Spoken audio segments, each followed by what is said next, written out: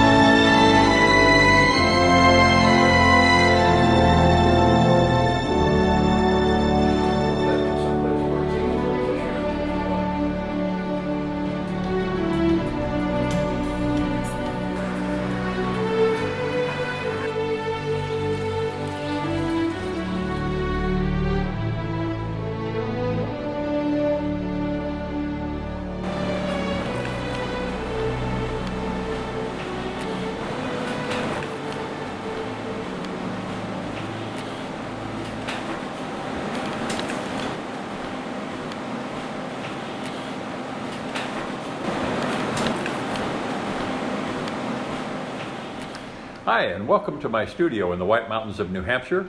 We're going to be working on an oil portrait sketch today, but before we do that, I wanted to say a little bit about the making of the video. Generally, when I see somebody that puts out a demo video, I feel like either they really know what they're talking about or they're just full of themselves. Hopefully, I'm not part of that second group of megalomaniacs, but I do know that I still have a lot to learn. But while I have a lot to learn, I also feel like there's a lot that I can teach. So we'll get started in just a minute, but before we do that, I wanted to tell you a little bit about the process that it took me to get to being a portrait artist. And it was kind of a strange one. It goes back decades before I ever considered myself a portrait artist. Let's take a look. I started drawing people when I was very young. This example from when I was 7 years old. I was already interested in working with people, and I kept doing that, at least on occasion, doing sketches. This one, my grandparents, a little later, and kept sketching people, drawing people, occasionally painting people through junior high, into high school, and then at one point, I got to see a movie of Andrew Wyeth. I'd never heard of him before. I believe I was 14 or 15. A 30-minute film, and it changed my life that day. I suddenly got much more serious. It was much more important, and I worked much more hard at it. So 2 years after this drawing of a man in the cap, I did this drawing of my brother. So one's at 17, one's at 19, and you can see that I was taking it much more seriously. Eventually, that translated into paint, originally watercolor and eventually oil. Maybe not quite as hyper-real, but still wanted to have a very realistic look. That's me on the left and my dad in the middle and my brother on the right there from 1964. The picture was taken in 1964. So again, kept working. When I was in college, I got a part-time job on call as a police composite artist in Fort Collins, Colorado. And that led to several other law enforcement agencies. And so by the time I was finished, maybe 6 years later, I was working for a dozen different law enforcement agencies in northern Colorado, including the FBI. So this drawing was one of those. Occasionally they would send me mugshots after an arrest was made from one of my drawings, and those were always really rewarding. I can't show any of those here legally, I don't believe, since they have paid their debt to society. But I learned so much from that, the structure of the face, how things line up consistently with virtually every human. So that was really critical, that education that I got through the police department. Later, I moved to California and started working as an illustrator for the Orange County Register newspaper, a job that I held for 23 years. And I did paintings of people again. It could be sports figures or entertainment figures, historical, sports, government, as well as other illustrations too for 23 years. That was also a great education, lots of practice there, but I never thought of those people as really portraits.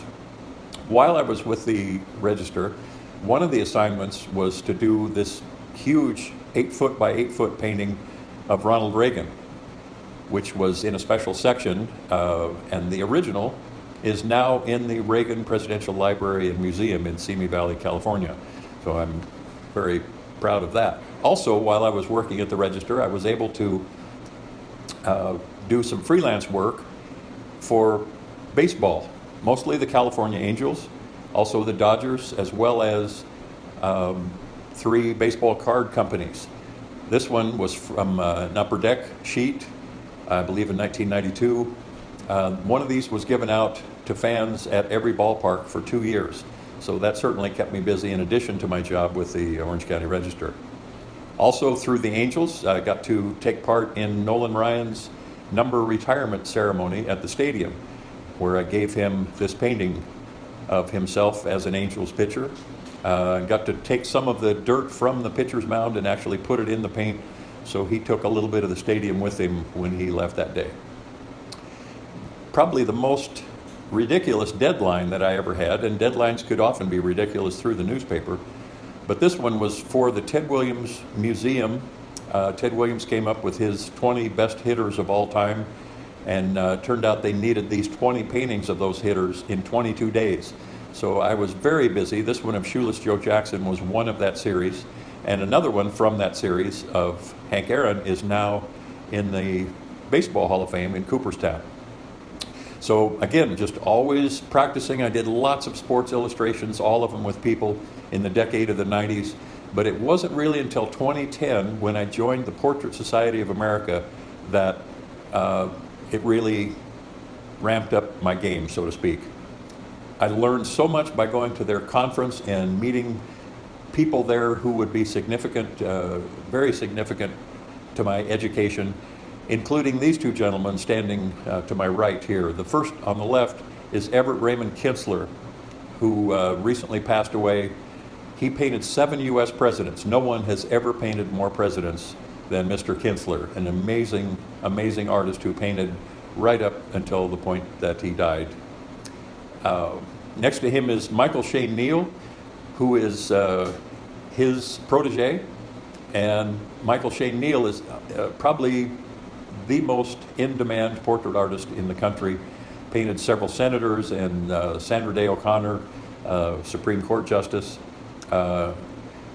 And the interesting thing to me is that Mr. Kinsler was taught by 2 gentlemen when he was a young man, taught by 2 gentlemen who had been students of John Singer Sargent. Sargent is considered probably the most admired artist by portrait artists in America, maybe the world today. He's certainly my favorite. So because of Kinsler's connection and my connection to both him and Michael Shane Neal, I am very proud to be part of this chain of teachers and mentors that goes directly back to John Singer Sargent. And as a result of your getting this video, you are part of that chain now too, and you should be very proud of that.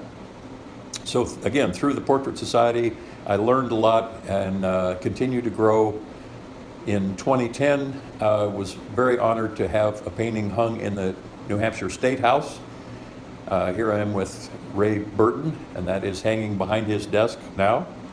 And 2 years later, was asked to paint a portrait of a former governor of New Hampshire, governor from 1917 to 1919, Governor Keyes. So that kind of brings us up to date, and I must say that I am so fortunate to be a portrait painter, a painter in general, that I get to do something that I love. I'm the luckiest man on earth by where I get to live, what I get to do, who I'm married to and my family, I'm just incredibly blessed. And I hope this video will enhance your education and will be of some help to you. Thank you. Well, let's get started.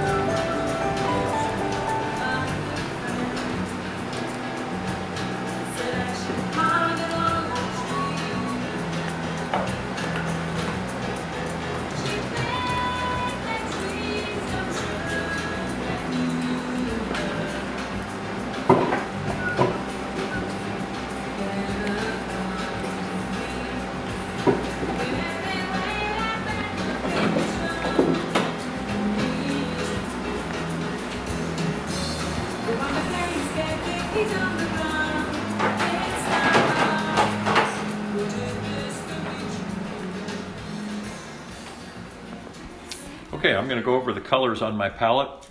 These are just the kinds that I like, that I found what works best for me over the years. Yours can be completely different. Some artists use a lot more colors, some use a lot fewer. So again, I encourage you to find what works best for you. And the brand names will be included on a list elsewhere on the video if you want to write those down or pause it to see that. But I'm just going to mainly go over the colors here. You can see that I've got two whites. The one on the left is titanium white, which is more opaque, and use that for the clothing, maybe a little bit in the background. The other is flake white replacement. It's kind of like lead white used to be before they made that illegal, and that is a little more transparent, so I'll use that in mixtures with flesh tones. Then we've got yellow ochre, cadmium red light.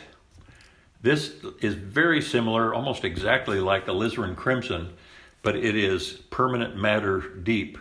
And that one I'm not sure if you can get other than through Rembrandt, but it's more light fast and color fast, so it'll last longer than alizarin crimson and mixes just like it and looks just like it. So I recommend that. Then we have permanent rose. We have brilliant rose. We have vermilion here. These I don't use very much, but I'll add them in a little bit, maybe for a little color in the cheeks and color in the lips. This is a really important color that I really like, and it is specifically the Portrait Institute color system that John Howard Sandon developed. This is called Halftone 1, and even though it looks very green, it's essential, I think, to add a little bit of that into your flesh tone mixtures to tone it down, and it looks more like flesh than if you don't use it.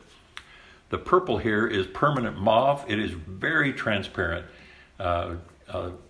You'd have to use a lot of that to have it really show up, but you don't want to use a lot of it because it's very subtle when you're changing from one plane to another. So the edge of the nose as it turns, or the cheek as it turns and goes from warm light to cool light, it's a great way to make that transition work.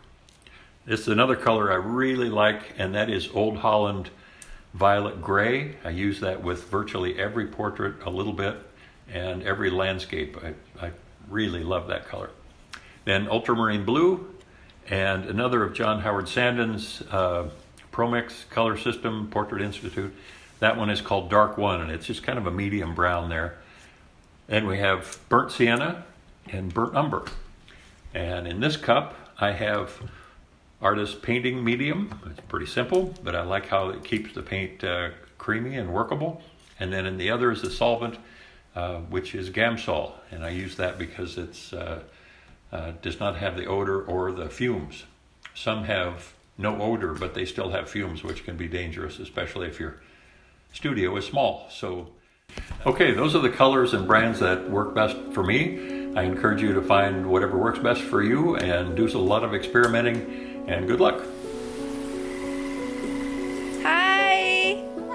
Do you mind I start recording right now already? It's exciting. There was a little bit of hydroplaning, but we made it.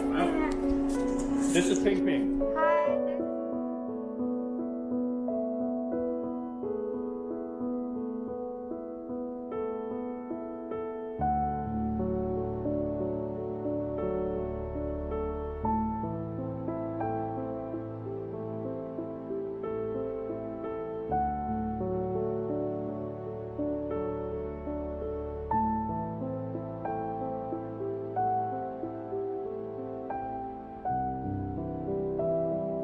We are painting in the midst of a downpour, so you may see that on my shirt and in my hair, and you may hear peals of thunder as we're working, which could be pretty dramatic for the video. And in fact, if we don't have any, maybe we'll add some in and make it sound really dramatic. So we are very lucky to have Hannah as our model today. I've painted her many times, and she is tremendous. She was a art and theater major and knows exactly what I'm after, and sometimes finishes my thoughts before I do them when I ask her to pose. So looking forward to getting started. And generally the way I start is with single color, kind of make some marks, lines here and there. I think with the canvas being toned the way it is, sometimes I'll use like a burnt umber for that line work, but I think with this one I'll add a little bit more color, so I'll have kind of a blue-violet. Not much of that's going to show in the end, but here and there may be some little sparks of color that'll be nice. This wash was put on yesterday. It's with acrylic, and it's just burnt sienna and ultramarine blue acrylic with just a little bit of yellow, and I did that way because it will approximate the color of the palette itself. So when I'm mixing color here, I want it to look the same against this brown as it does against the brown on the canvas. If this was this wood color and I was working on a white canvas, it's going to look a lot different when I put a stroke down there than it does here, and it's can be jarring. So this should make it a little easier. So we'll see. So I'm going to mix a little bit of that violet, and it's going to be pretty thin. And this is just with the Gamsol and a little titanium white. And the first mark that I will make is where I want to place the top of her head. And I'm thinking the size of the face, how I want that to be on the canvas. And again, this is a vignette, so it's gonna, a lot of the background's gonna show and fall through. So if the top of the head is about there, and her chin right there.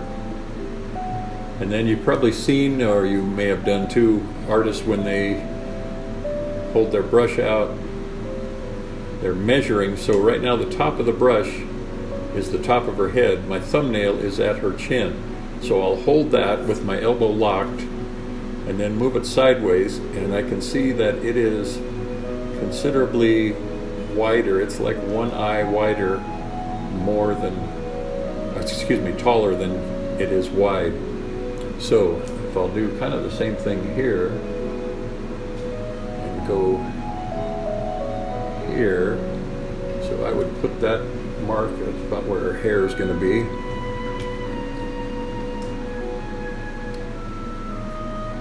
And do that again. So the back of her head, roughly there.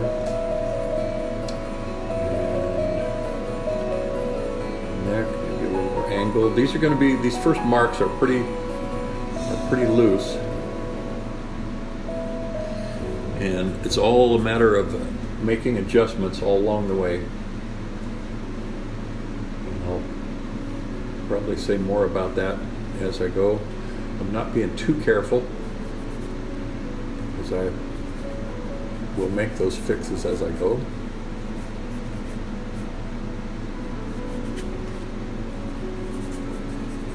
By the way, at the end of the DVD, there is a slideshow of a lot of my favorite paintings from the last 5 years, and you will see Hannah in several of them. She has been an inspiration for many of what I feel like are my best.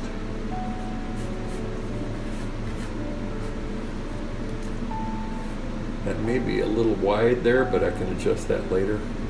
These are initial marks. Now, between the hairline and the chin, if you divide that into 3 equal parts, generally it will tell you where some specific marks are. So if we went, divide that into thirds, her eyebrows will be there, bottom of her nose there, and of course the chin there. You can make those adjustments as you go. She may be a little, may have her eyebrows a little wider. I mentioned that when I worked with the police that I learned a lot about the facial structure, and I thought I'd go over that a little bit. There are proportions that are virtually always the same, and it's good to know those as you're working with a face.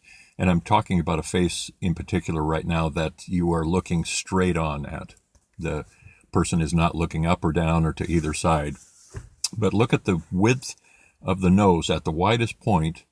That is exactly the distance between the eyes. Also, a head is generally 5 eyes wide, with the space of 1 eye in between the 2 eyes.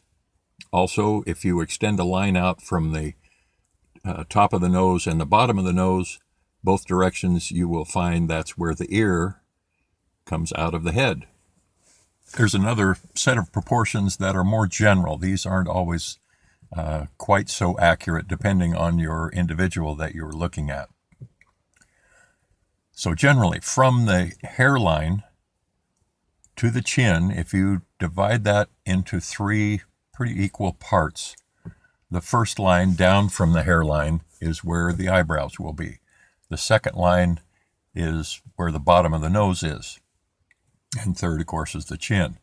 Now, some people have a higher forehead, some people have a longer nose, but generally, if you start with those 3 equal parts, you can begin there and then adjust according to your specific individual. And for the width of the mouth, that generally will be directly below the insides of the irises or colored part of the eye, unless they are smiling broadly or pursing their lips. I'll give you an example of how that facial structure that I learned with the police was applied. Sometime in the mid-'70s, when I was in Colorado working for various law enforcement agencies, there was the body of a young woman, or the remains of a young woman, found in the mountains, and she could not be identified.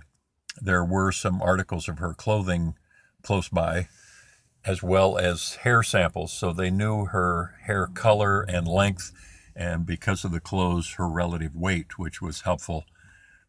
They gave me a plaster cast of her skull and did the same with another cast to a forensic sculptor.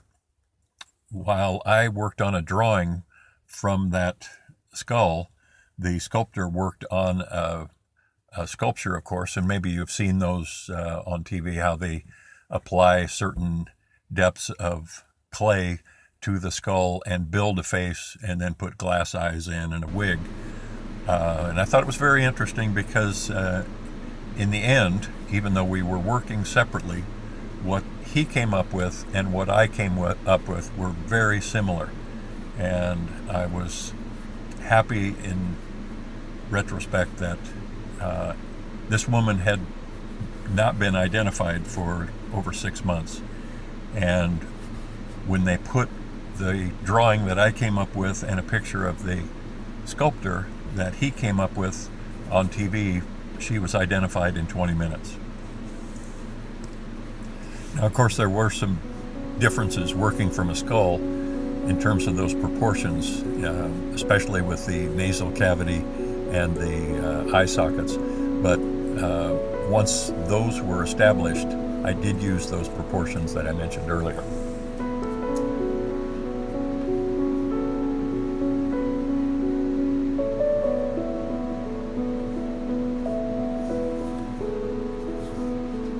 Okay, one thing that's really important when you're working is to get up frequently and stand back and take a look, because what you see at 10 feet will show you things that you can't see up close, and I can see one adjustment that needs to be made already. You need to have pretty much the same angle, of course, when you're looking at that.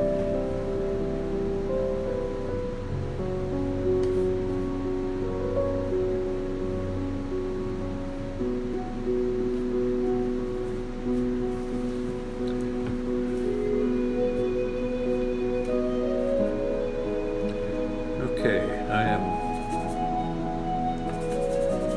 just about ready here to call it good. I'm not going to worry about this bow too much. I'll just indicate that there's something there.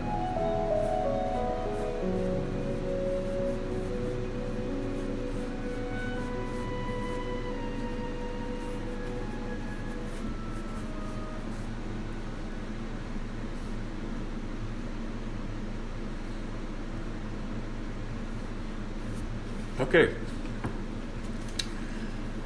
All right, we'll go to the next phase here. And that is, I like to work dark to light. So the darkest thing on here in this picture is her hair and her eyes, but the eyes I'm going to treat a little bit differently.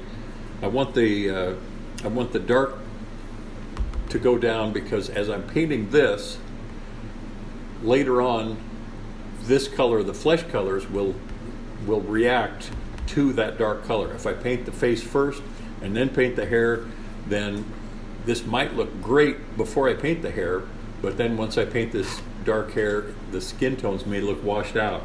So I want to do that first and then have the flesh tones be adjusted kind of on the fly. And I think it's best generally when you're painting hair to use the widest brush that you can, maybe even wider than you think you're comfortable with. Try and do it as strands of hair rather than individual hairs, and in that way you can simplify, and you really want the attention to go to the face and not the hair, and it will help do that. And when you're doing the highlights on the hair, you can make those brush strokes go across the direction that the hair is actually flowing. You can think of it like a ribbon and the highlights on a ribbon. So go across those instead of following the flow of the hair.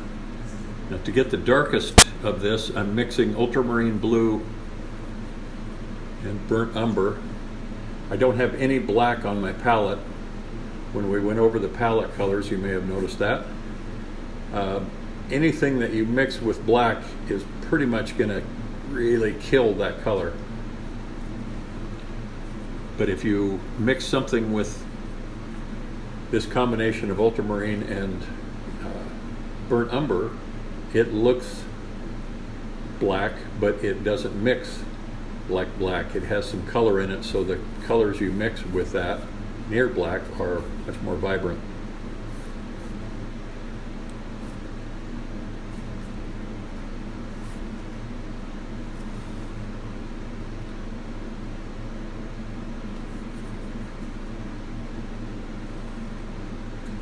This line that I'm putting down right at the edge of her face where her hair's falling, I'm going to paint that thicker than it is, but when I paint the other colors around it, both her face and the highlight on that hair,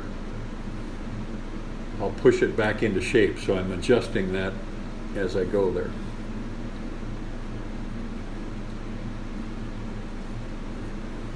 It's like there's a story about a guy who was an apprentice to a sculptor who, on his first day, the master was going to start a marble sculpture of an elephant. And the apprentice said, "How do you know how to even start? How do you go about this?" And he said, "Well, it's simple. You just knock off everything that doesn't look like an elephant." And that's an oversimplification, but it's kind of how this process works too. If there's something that doesn't look right, you push it back with the next brush stroke or the one after. Now with her hair, as it falls below the ribbon there, I'm going to really be loose with that, because you're going to know that it's hair whether I paint every hair or just have some simple brush strokes. So I'll mix up a decent amount of paint, and I would like to do this as briefly as I can. That's something that I've been trying to work on, is brevity of brush strokes. I used to paint with all kinds of detail, and I enjoyed the final look, but the process was really tedious and it got very old.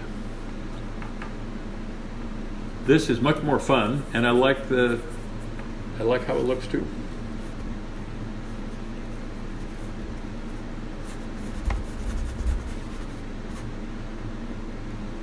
I think that will be all I need to say there. It says enough about, looks like hair falling, so I'm going to leave that alone.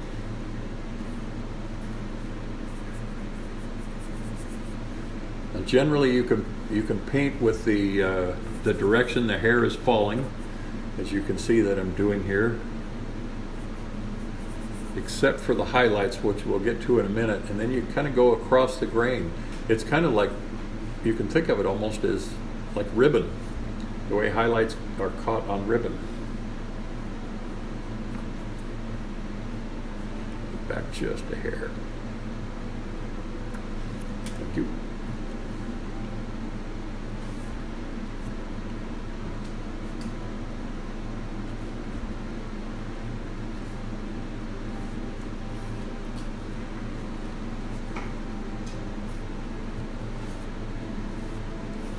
Now that simple brush stroke there, I really like that. It feels spontaneous.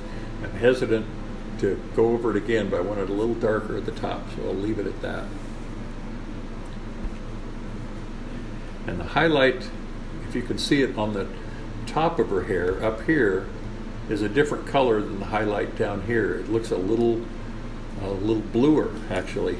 So we'll put some blue or blue violet. I may use this Old Holland violet gray I was talking about earlier to try and pull that off. We'll see. And like I say, the highlights you can actually go across. I need to load this brush up a little more though.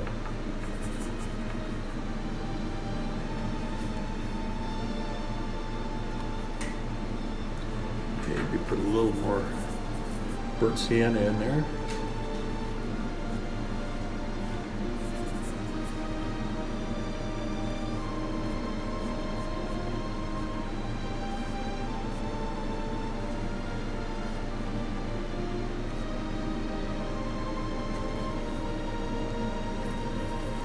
Okay, we'll see.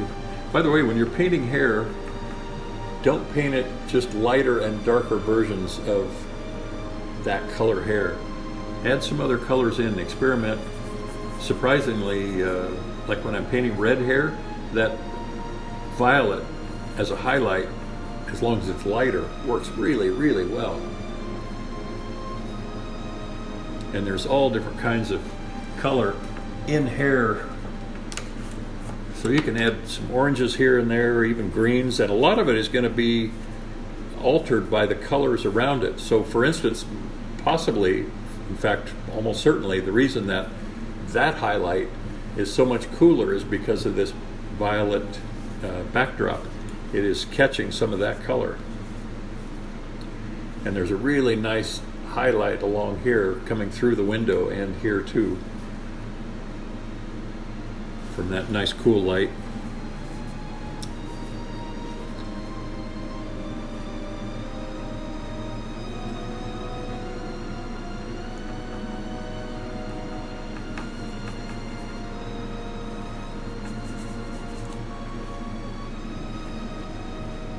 Yeah, it needs a little more red in that, I think.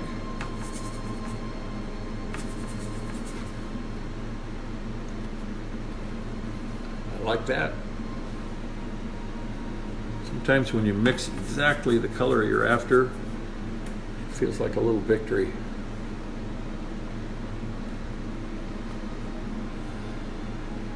Now to get these highlights, I'm about to switch to a little smaller brush, but I don't want to go too tight. There was a very wise artist that said one time you could never fix anything by going to a smaller brush. So try and stay with a big brush as long as you can.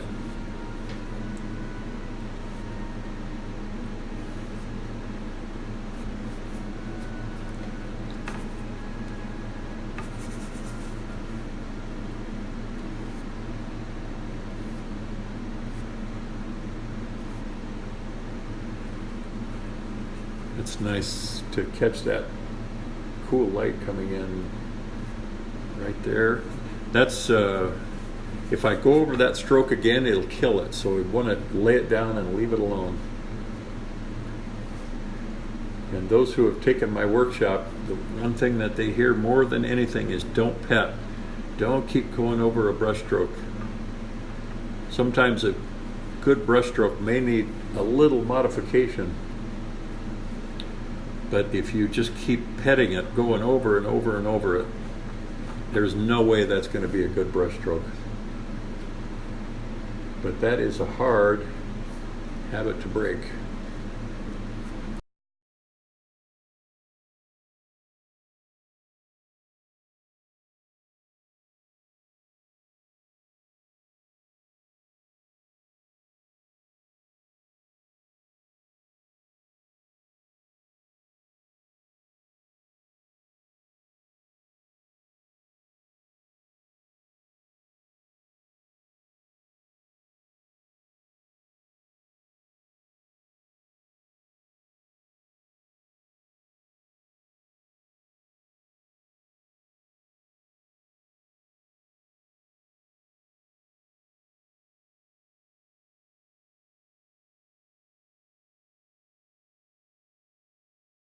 Okay, her hair is pretty much done. I may do a little tweaking on it, but I'm going to call that good.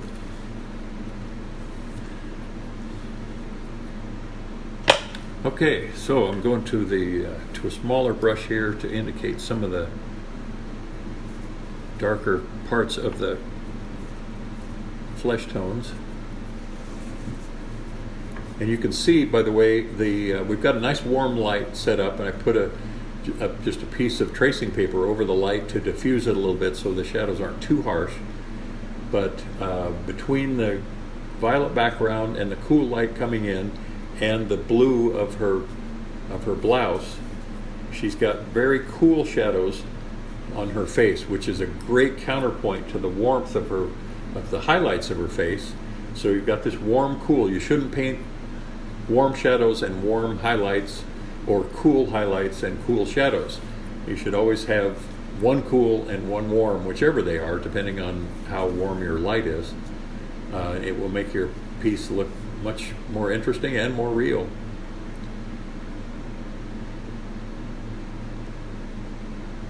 Okay. So as I said, I like to work dark to light, but in the case of of her eyes, I'm going to essentially paint the socket and then add the darkest darks in later. And some of that violet that I put down as the drawing is actually kind of mixing with this color to give it a little bit more, a little cooler in the shadows.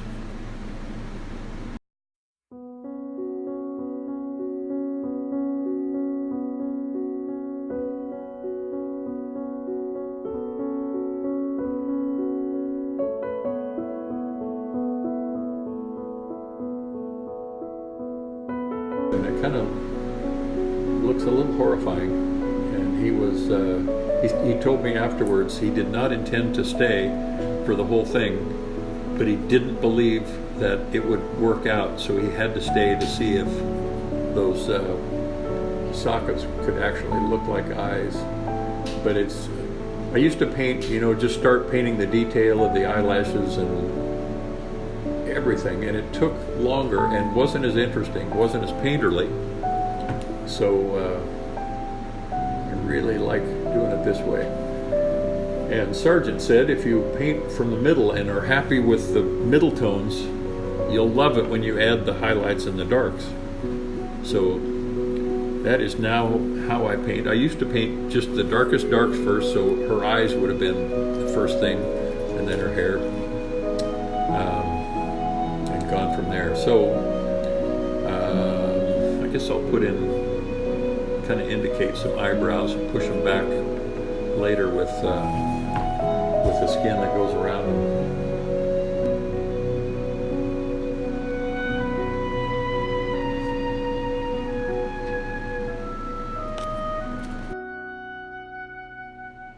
Okay, then the next darks are pretty much the cast shadows off of her nose, her lower lip, below her chin there, below the base of the ear. So like I say, I'll worry about the details of the eye later. We'll come back to that.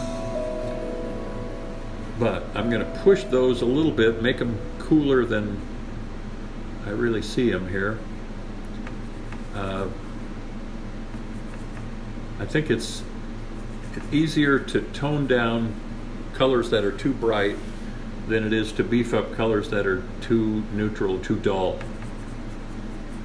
So when these start out, there is a stage where they look pretty bad, to be honest. If you just look at it as what it is, I generally look at it and try and see what it's going to be, but that needs to be darker. It's really important as you're painting, not only that you get the paint in the right place, but that also it is the right color, and more importantly, the right value. Value being the light and darkness of a pigment. Value is more important than the color, actually. If you get the color wrong, it can still look good, still look right. But if you get the value wrong, it doesn't matter if your color's right.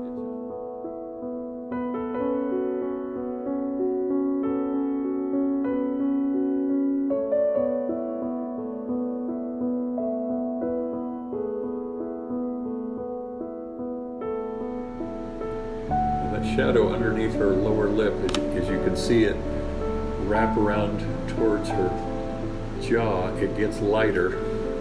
So I want to show that.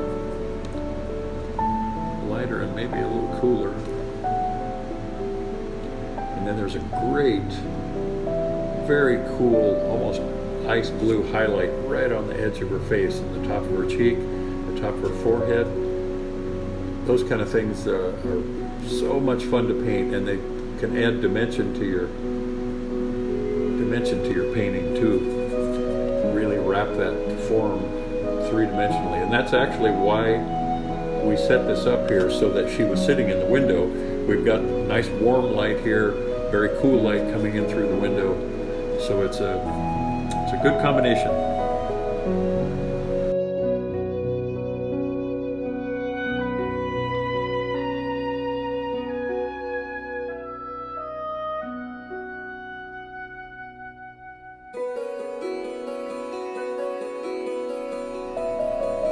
We're getting close to that stage where I was telling you it looks bad, but what is there structurally I'm happy with, so I'm pretty confident that this will work out.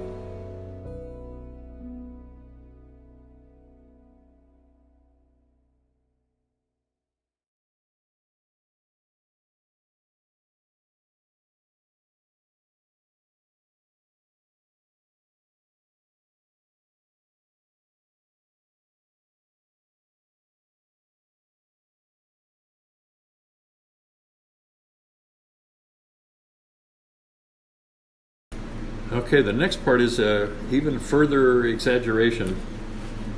And it not only can look bad here, it can look pretty clownish. So I'll exaggerate some of these colors too and simplify them to begin with. I'll worry about adjusting them later. And I'm going to be over painting. By that I mean painting like the edge of her lips. I'm going beyond those, and I'll push them back into shape later on.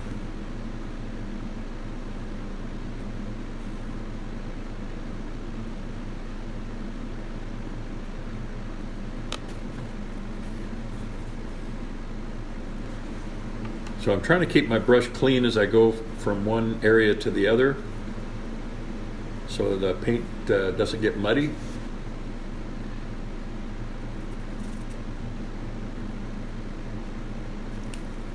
Okay, now I'm going to mix up some basic flesh tones.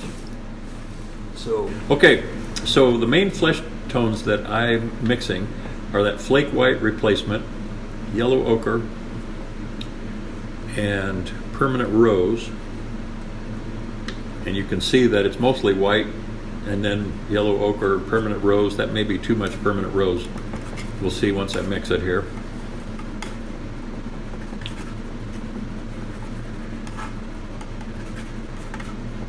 Yeah, that's pretty good. It's a little red, but rather than mix it all up, I'm going to take some of that, make a little yellower version.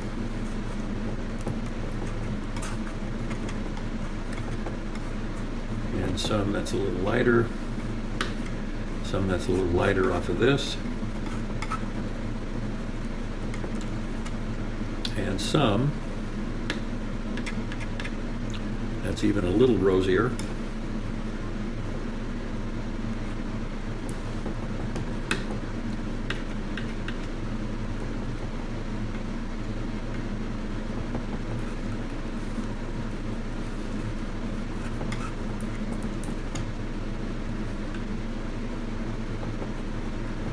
Using a little of that vermilion in there too. Brighten it up a little. And then I'm going to use some of that halftone one that I mentioned, that kind of green. That's really helpful to make it real.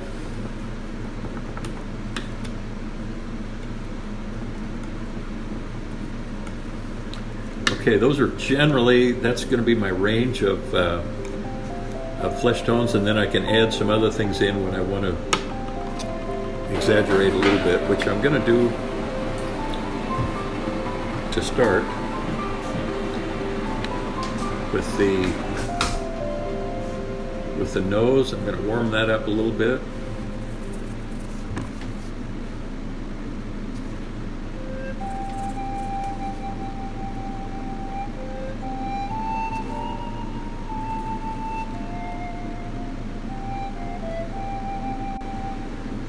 The underneath part of her nose, you can see, is really cool. It's almost a blue-gray. And your mind tells you that's a flesh tone. It can't be blue-gray, but try and look for what's actually there instead of what you expect to be there.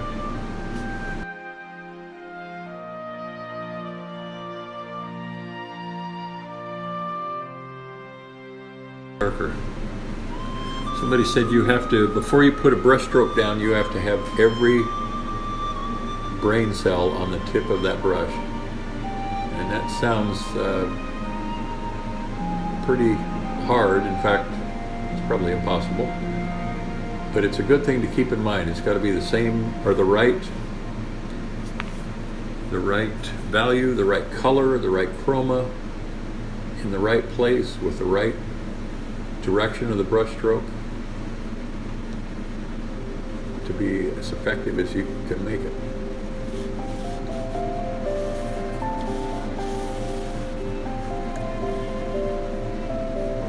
Okay.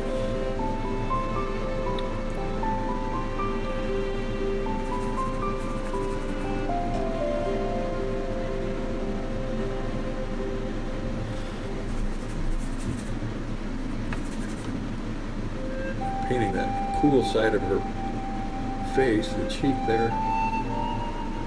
Again, it's almost violet, all violet. I'll warm that up in a little while, but And I can see underneath the corner of her eye here is kind of an olive color. So I'll mix that. Ultramarine blue, yellow ochre. Hopefully I won't get it too dark here. A little more ochre.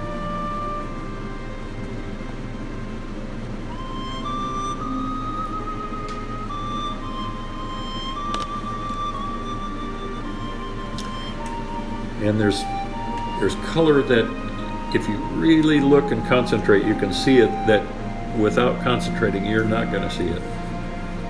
But there's some green at the corners of the mouth, on the upper lip and underneath. A little bit at the outside edges of the nose, on the cheek. In the temple there usually is, and there's some greens here, some violets. Oftentimes I'll add to the inside corners of the eyes. But like I say, I'm going to exaggerate these a little bit. That's a little too bright. Like I say, you can tone down color that's too bright easier than you can beef up color that's too dull.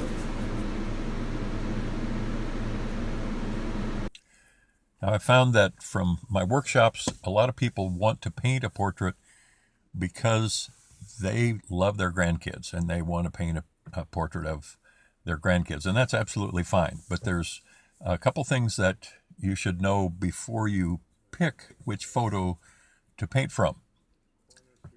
A lot of times I'll see people bring in a photo that is a really cute kid with a great smile, but the lighting is terrible on it. And without good lighting, you're never going to end up with a nice painting. So it's not just about the smile or how cute your grandkid is. It is lighting that makes or breaks a good painting to begin with. So don't just take a picture with a flash of your grandchild or whoever you're painting straight on. It's generally better to have them look a little bit to one side or the other, maybe have one shoulder higher than the other, something to create a little bit more interest. But mainly, don't have that flash in their face. That eliminates all shadows, and it's that light and shadow again that is so important. So there's a couple very simple things you can do. Put them in a corner of a room where there are windows on either side of them. You don't need to get the windows in the picture, but those windows will illuminate both sides of the face. But generally, one side is going to be a little warmer light, depending on where the sun is, and the other a little cooler. So those are good things to keep in mind also. Okay, before I get too far, I want to lay in kind of a base color for the blouse, because that too will affect the flesh tones. So this is going to be just kind of an indication. I'm not going to spend a lot of time with details, but I just wanted to indicate that what kind of collar she's wearing and what the color is. And by the way, I will change the color of the ribbon to work better with the blouse.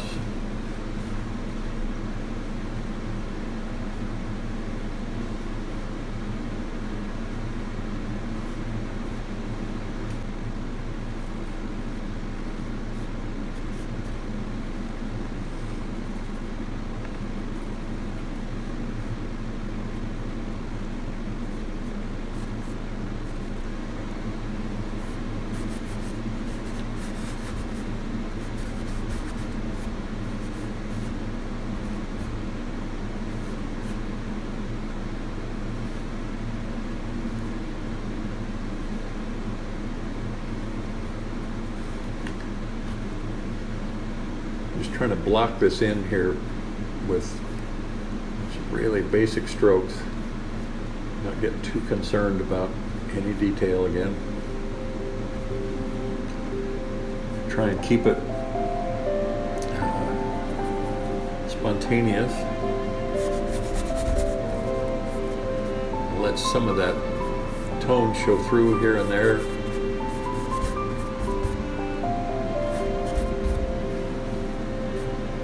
That's probably about good enough. I am going to put some highlights back there, but I'm going to wait to do that. And I also want to put the background tone in there for the same reason, affecting the skin tones.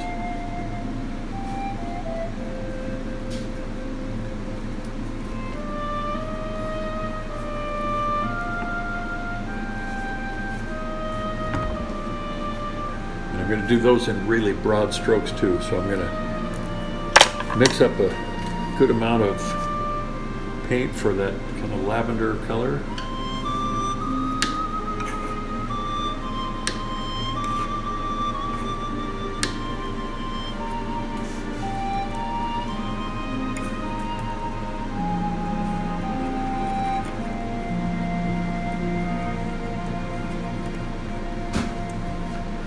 Using ultramarine and permanent rose and a little of that brilliant rose also. That's a little too blue. I might use that, actually some of that for that color of the ribbon. And by doing that, mixing some of these colors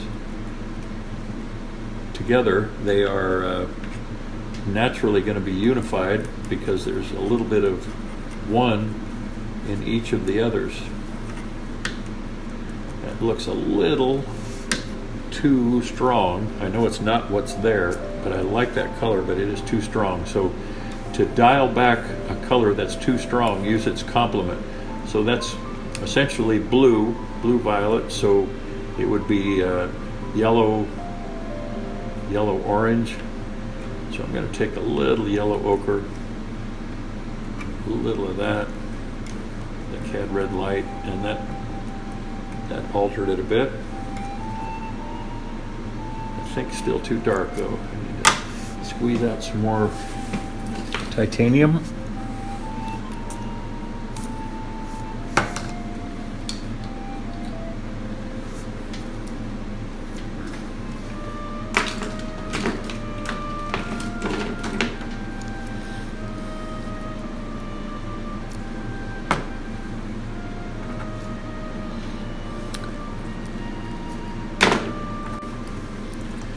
Okay, you'll see every once in a while that I scrape the excess paint out of the brush with a palette knife, and some of that is so that I can reuse some of that paint at some point, and some of it is just so I don't have to wipe out so much of it onto the paint rag.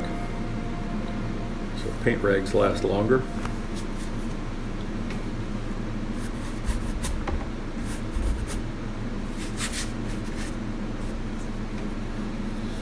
Okay, I said I was going to soften this edge back there.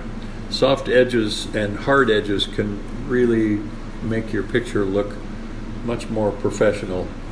The tendency is for most people starting out to paint everything with a hard edge, but you don't see everything with a hard edge.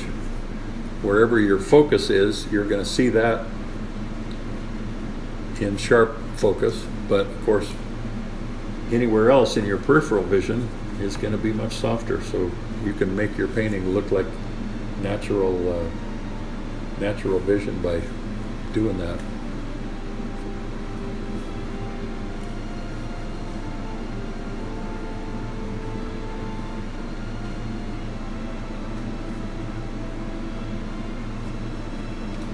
Yeah, I like that edge there. It can be a harder edge on the other side when we put that highlight in. But now it's safer to put in those flesh tones, I think. So you can see the color. She's got some nice rosiness in her cheeks. We'll do that also, especially on my right side, her left. A little bit over there. It's really nice transition on the left side, her cheek, from that warmth, and then goes cool, and then catches that nice cool highlight. So that will be something I definitely want to focus on. But to start, I'm going to put in some of that color.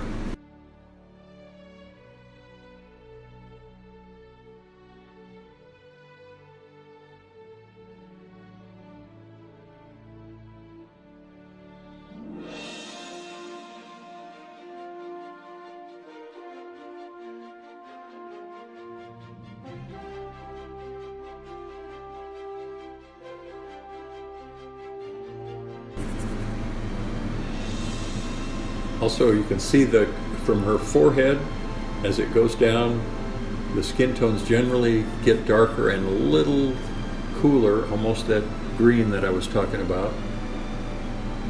So I'm going to work on that to start with, just laying in some basic color, modifying it later.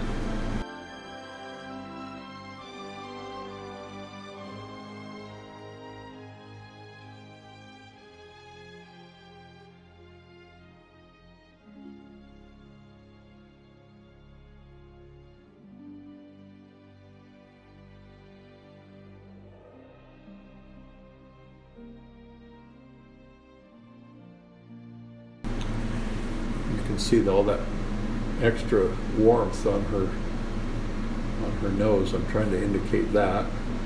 A lot of subtlety in flesh tones, and painting flesh tones and getting them close to right, that's about the most satisfying thing there is in painting for me, for sure. Definitely the most challenging. And everybody's skin tones are a little different. Some are a little more olive, some are more reddish complexion. So don't use exactly the same formula on everybody.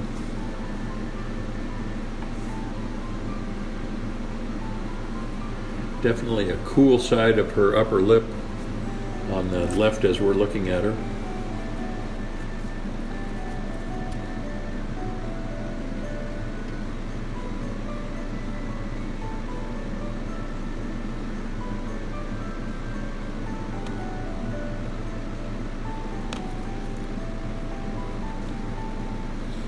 Come around. Okay, also you can think of planes of the face.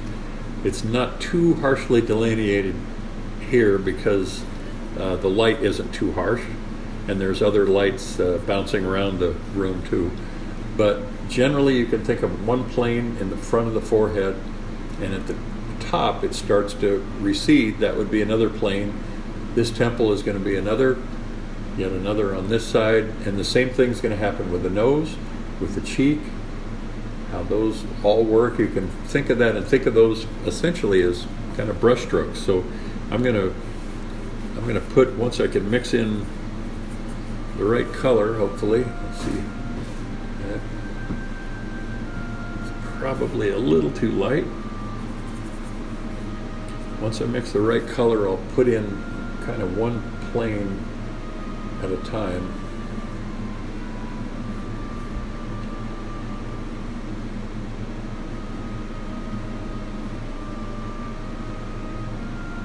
So I'm pretty happy with that, and then I'm comparing one plane to another in terms of color. So you can see the planes of her nose are warmer than her forehead.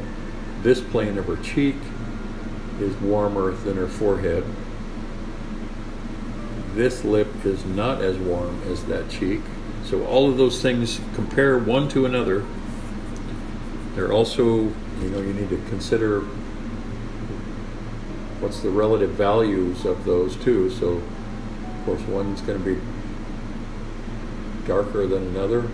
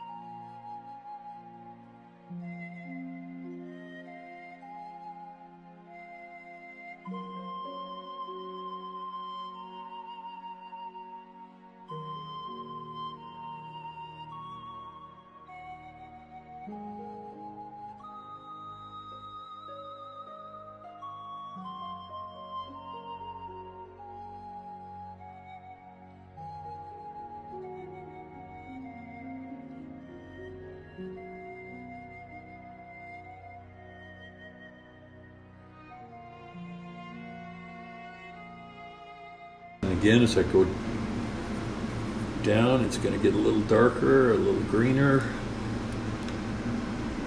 I had when I first realized that there could be other colors in the face other than just what you think of as standard flesh tones.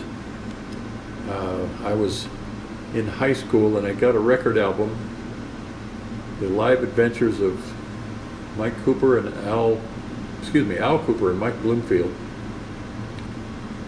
And the cover painting was by Norman Rockwell. And it was astonishing. It was just, the whole thing was just their two faces. But while it looked like just regular flesh tones, there were so many colors.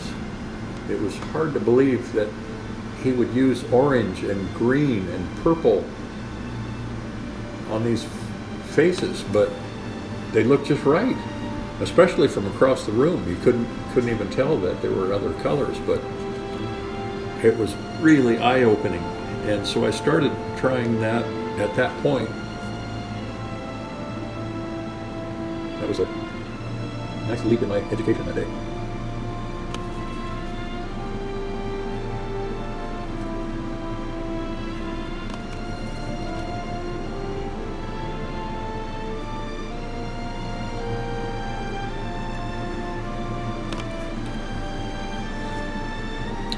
Okay, I definitely need some more rosiness in her cheeks. And speaking of that, I should stand up and get back and look at it again.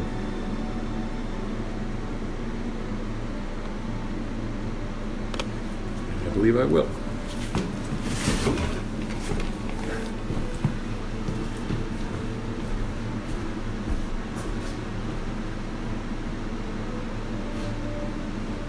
I think this is going to benefit greatly from when I add those darker darks in.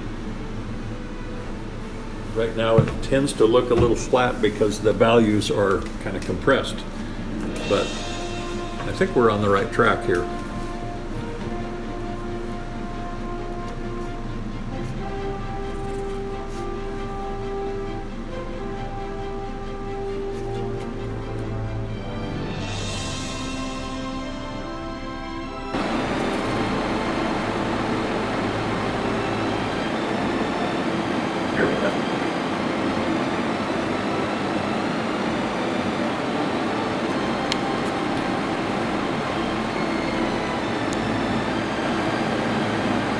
All right, let's take another break.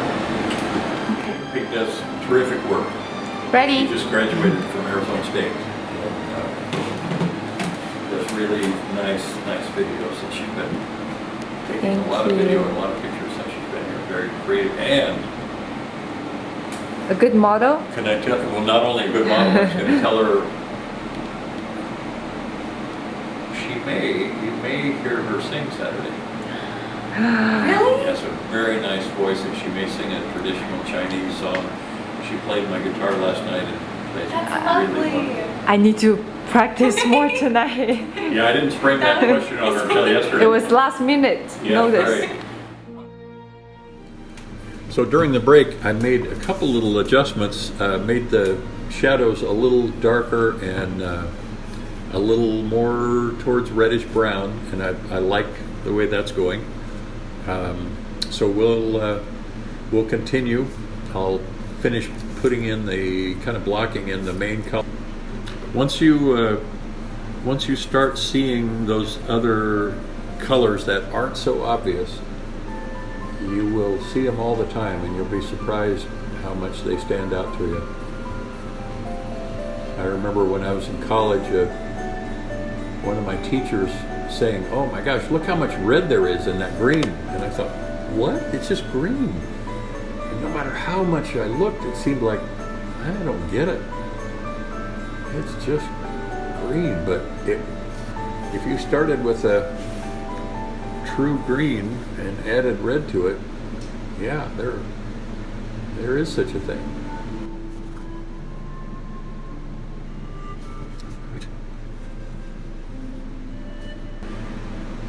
Every time you put down a brush stroke, check it against what's around it. make sure that it works. The one that I just did wasn't right, so I needed to make an adjustment there. And they can be really subtle, and that's what the fun of painting flesh tones is all about those subtleties.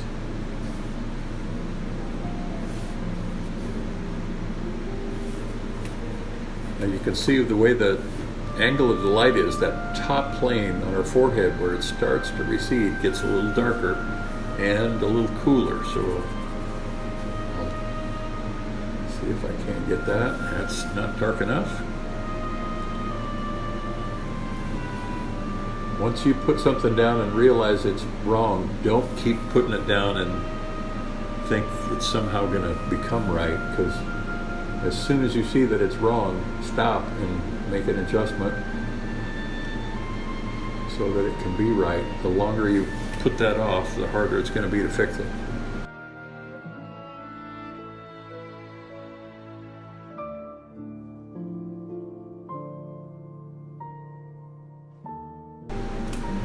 I don't like how that nose is looking, and I just made it worse trying to fix it, so I'll rebuild that. And that's like what I was talking about.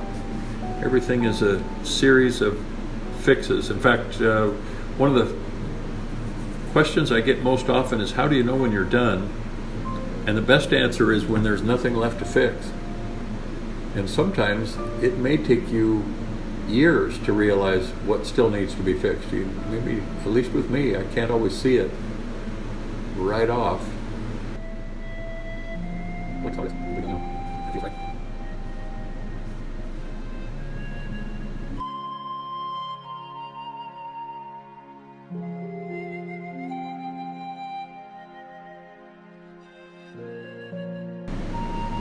I think it's a good idea when you're painting from a live model to take a picture from exactly the angle that you're looking and have that as reference. So I'm going to take one of Hannah at exactly this angle.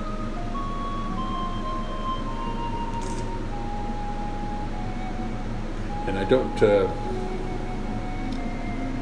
care about the flash because I'm doing this for structure more than color. And later on, sometimes I'll see something doesn't look right. It's hard to see everything correctly the first time, at least for me. So it may be that in a few days I'll think, well, that something's wrong and I can't figure it out quite. So I can compare the painting then to the picture of Hannah or whoever your subject is. And by comparing, going back and forth, then you can usually find out what's wrong.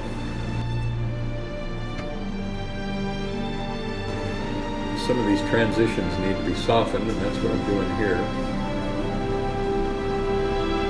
So the inside edge of her eyebrow was too harsh.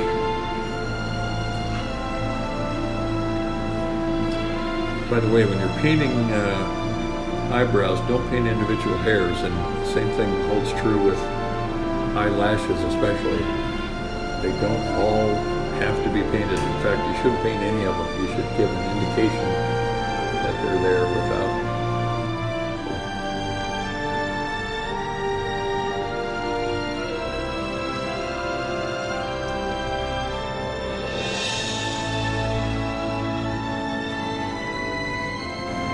Some really subtle changes right at the edge of her mouth here as it catches a little of the light, and then it starts wrapping around. And same thing with the edge of her cheek, just at the side of her lip. So it goes cool, lighter and warmer, cooler and warm, and then cooler and darker. So there's some very nice subtle shifts there that will be fun to try and catch here. Any question? Just here.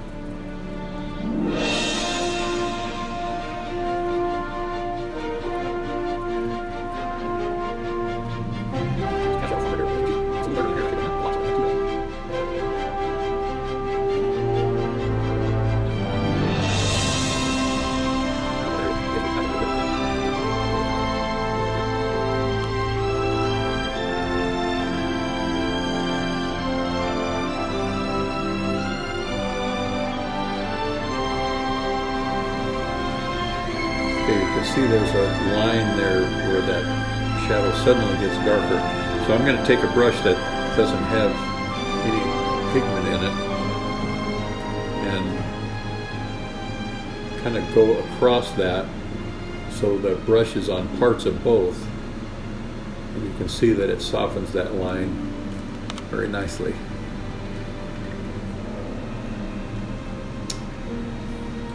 And having done that, I can see that I need to reshape that just a little bit so she doesn't look too full there in the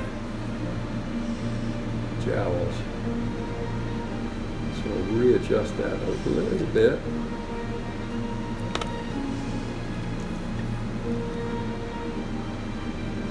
And do it again. That's better. It's also softer down here.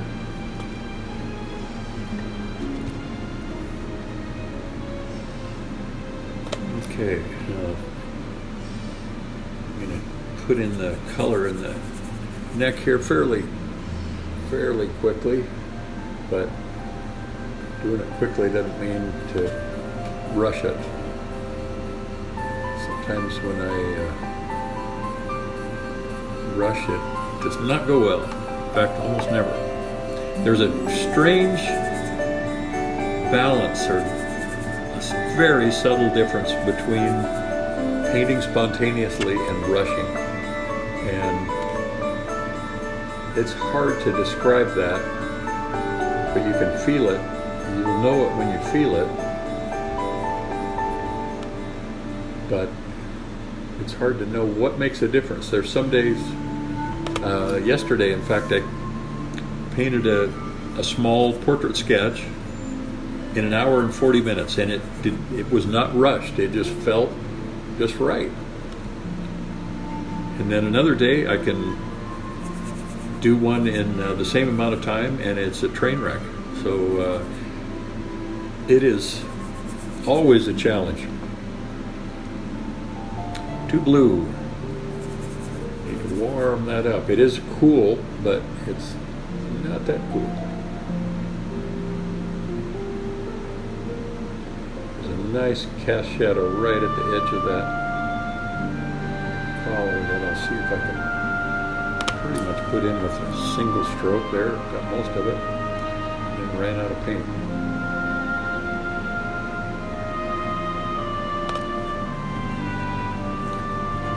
You can see on the top of her chest there's a little coolness there, but it's catching that highlight and highlight again here at the base of her neck. More subtleties. Just keep looking closer and closer. Make that a little cooler. There we go.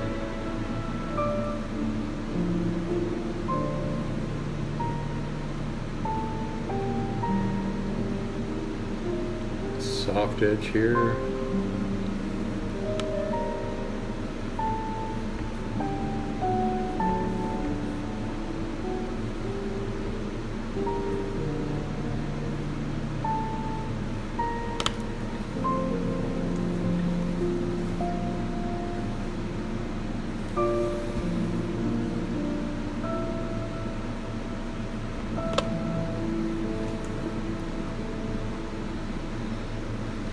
Looking this part of her neck and her shoulder, there's not much variation, so I'm going to put that pretty much all in with one color and then make maybe some really subtle adjustments.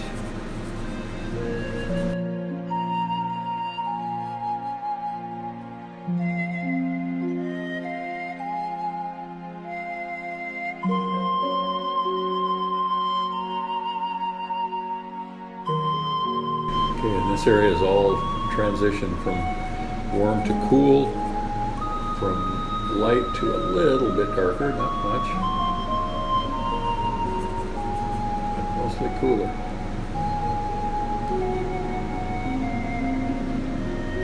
I can see one thing I need to adjust that I should have spotted earlier. Her neck is probably a little too wide in my painting.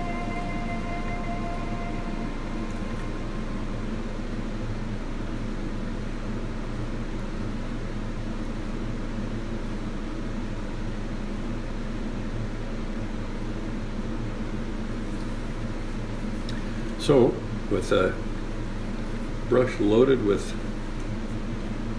burnt umber, I'm going to push that back. This is one of those changes I said that you don't know when you're done until you've got nothing left to change.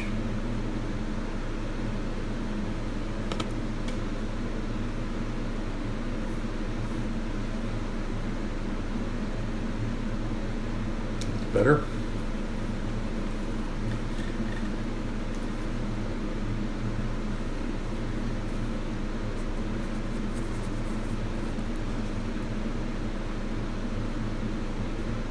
I'm going to let some of this here be really simple too. I don't want to overwork things, but I'm going to take some of that same color, put in just a couple highlights in her hair over here that I didn't see before. Maybe during a break her hair fell a little differently, but I like that a lot. So I'm going to just leave that there. That may be the most spontaneous stroke of the whole painting. That one and maybe that early on.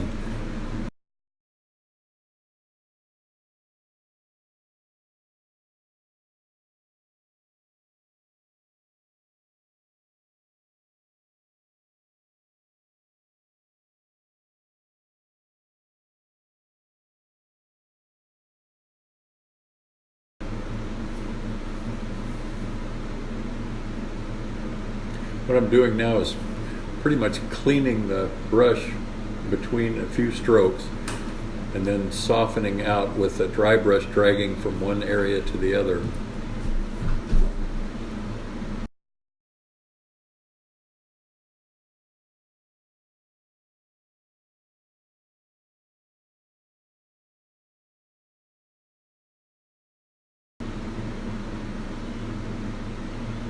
Now to make this form look like it's turning, there is right along that edge as it starts to roll, it gets darker here. Right now mine is not. So by adding that dark and then that really nice cool highlight on the other side, that should make this really turn there. At least that's the hope. So let's try it. But at the top of that cheek, it's warmer than it is at the bottom, so that's another thing to keep in mind. Sorry, with that bottom, a little bit. This goes up. As it comes this way in, it's warming up. Oop.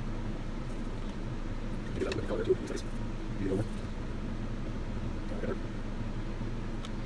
And that party. And one of the things I feel like I need to change, looking here, this part of the house, I have to push this back. So memory shaker knows what they hear.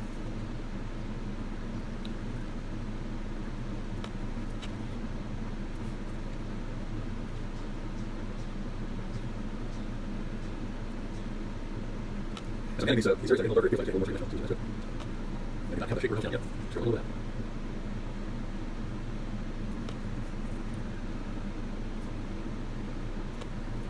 Get a little there.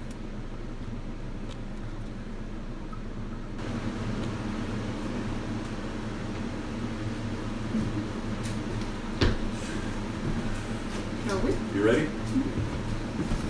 That was a pretty short break, Hannah. Sorry. That's good. That's all I need, really. Really? Okay. Bathroom was the only long one I needed. Julie came in to say hi for a little bit. I don't know if you noticed, but that was why I was cracking up a little. She made a weird face. That figures. Did she? I asked her to come up and take a picture of everything. That's what Yes, she did. she did. She took us sort of in the random. Wow, I had no idea she was even here. Being quiet as a mouse is not her forte, I'll tell you that. Well, her smile spoke volumes. She has a great smile, that's for sure. Okay, so we're getting into the latter stages here.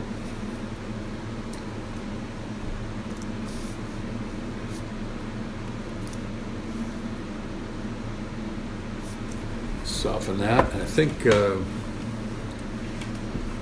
I'll put the darks in, or yeah, the darks in before I put the lightest lights.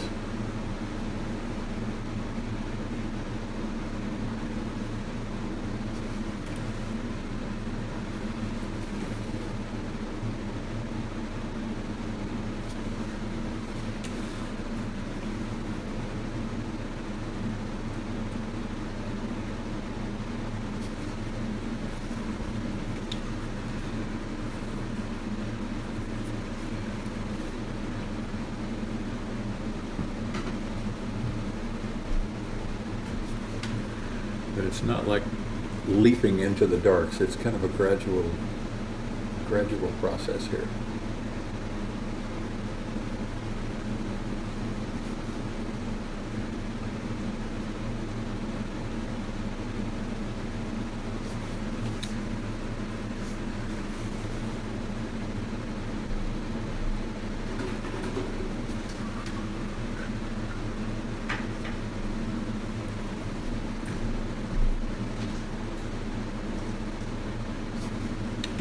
So this is kind of a key part here. It's going to look different pretty quickly here, I think.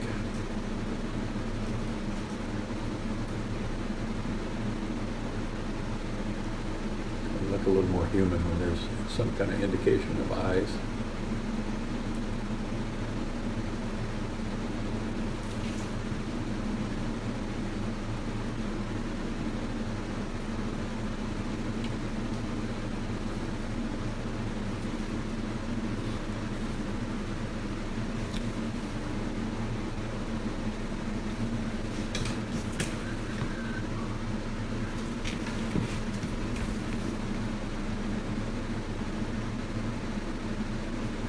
It's easy when you're painting eyes to make them not quite look the same direction, so that's something to be careful of. Unless, of course, your subject is like that.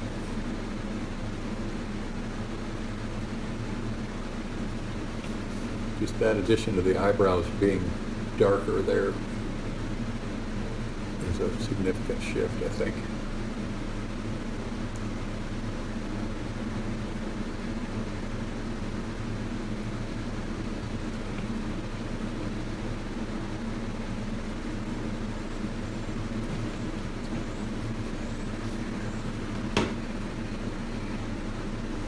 Ooh, I see another change I need to make here.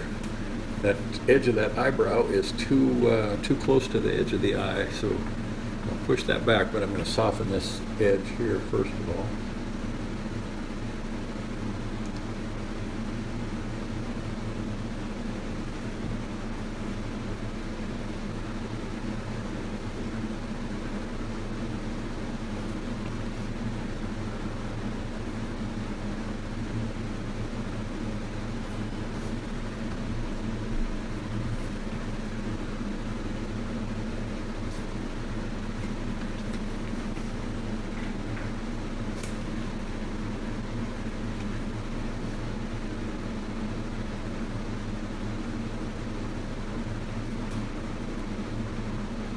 Okay, move that to where it should be, and then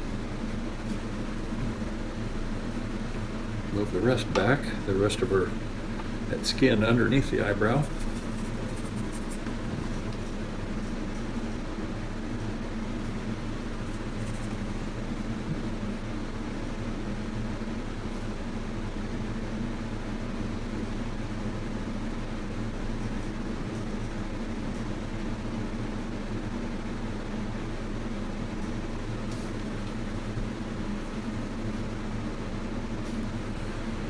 Now the eyelid itself is actually painted on top of that darkness.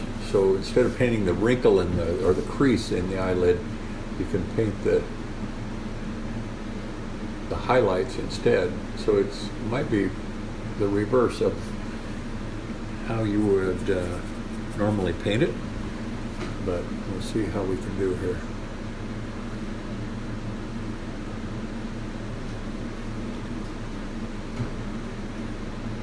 So that was just that simple. With one stroke indicates the upper eyelid. I need to readjust the lower part of that stroke, but overall, I'm pretty happy with that. See if I can do it on the other side here too. Just be a little bigger there. She has nice large eyes. I'm going to accentuate those.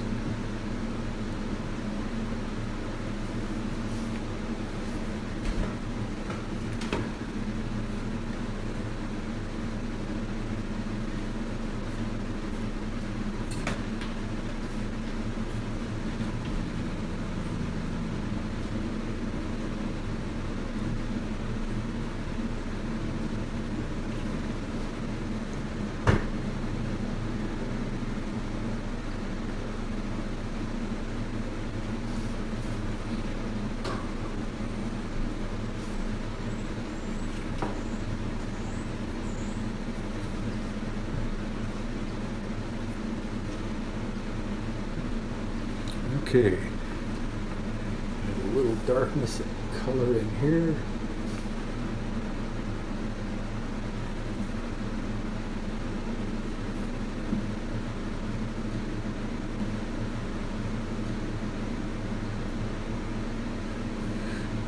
Now the shadow, the cast shadow of the nose is a little too thick, so I'm going to push that back with some of the flesh tones. So I'm reshaping that shadow, not by painting the shadow, but by painting what's next to it.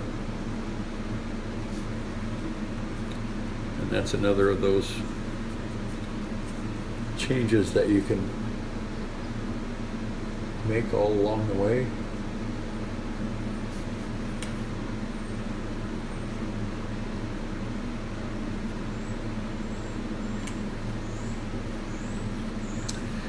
Alright, her work on her upper lip here, curling that down. I've got a little too high there.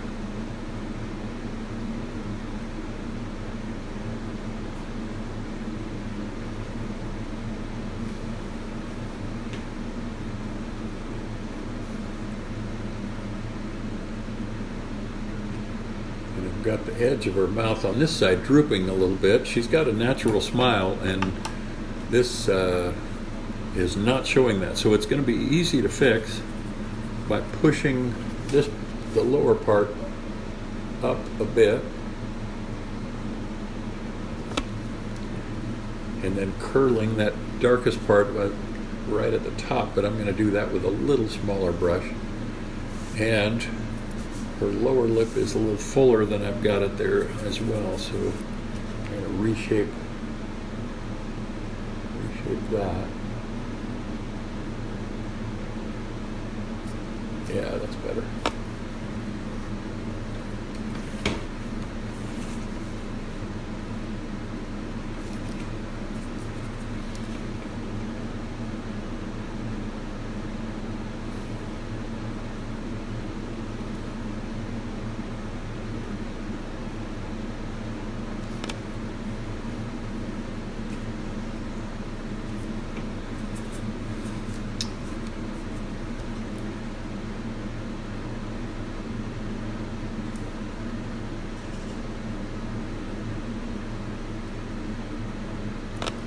Oh, I forgot. Once I was trying to move her nose a little to the left, I moved the dark part, but I didn't adjust the light part, so that move was not complete.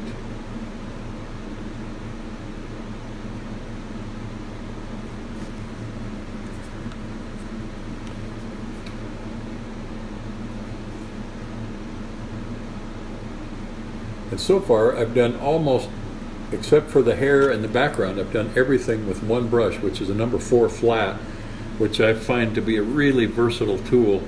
You can make thin lines with it if it's a good one. Thin lines, you can use the corner to make a dot, essentially. And then the broader part of it, of course, to fill in quickly. And I really like a number 4 or 6 flat brush.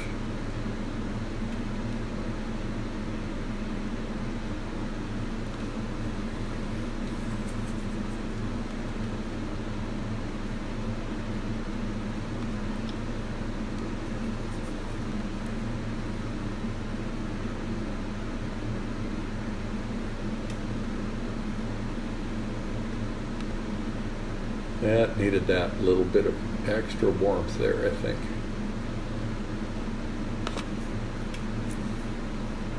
And then it needs to have the transition softened as it goes up.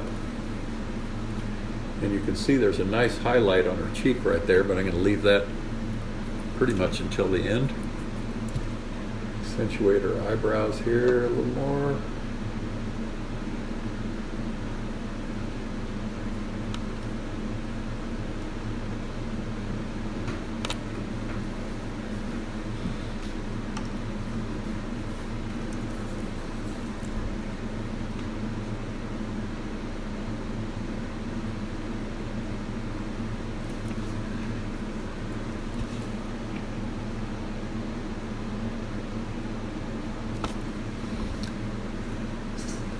Okay, now I'm going to work on these highlights over here.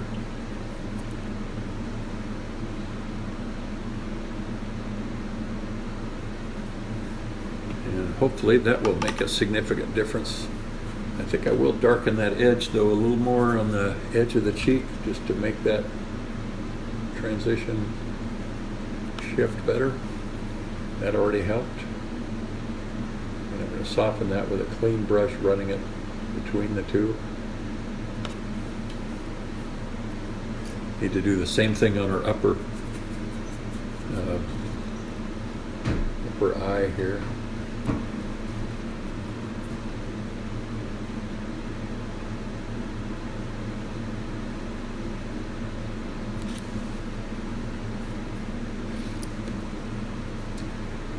Okay, then I'm about to shift to the highlights.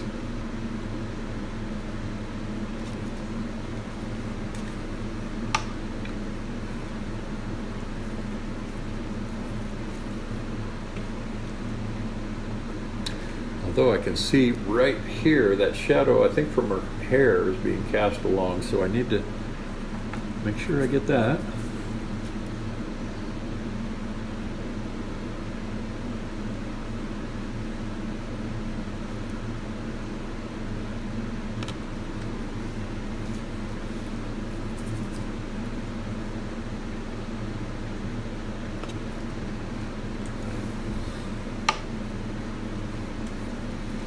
Okay, so I'm going to mix up, going to clean the brush well here first of all, so this doesn't get muddy, because I want this color to look nice and crisp. I'm using the titanium white this time because I want that highlight to show, and I want it to be thicker paint too.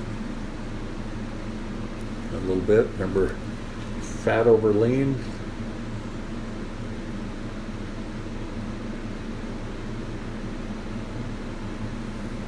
That's a little extreme, but I'm going to leave it to start with, and then I'll soften it.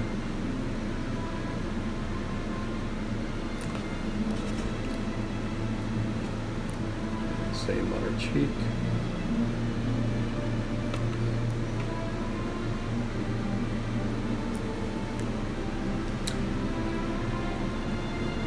A little more violet, a little darker as it goes down.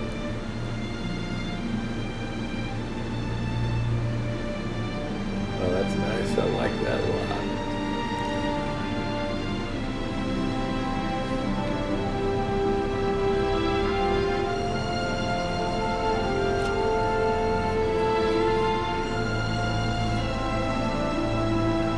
Now there's a little, I probably should use a littler brush, a little bit of that highlight from the window right on the tip of her nose, and some on the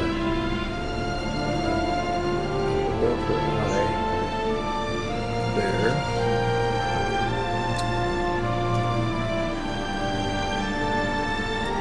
So again, with a clean brush, I'm going to soften that edge. It's a little sharp right there. And up here. Just going to flick it a little bit. Drag that one in. That addition of that cool light really makes a big, big difference for me.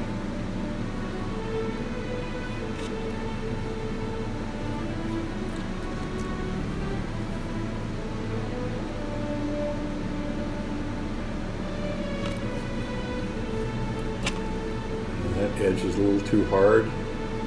If you have hard edges, it looks like wrinkles and it adds age. So you want to be careful of that. And if you have a portrait commission of somebody that is very sensitive about their appearance, you can soften some of those and they probably will be a little happier. Take some age off of them.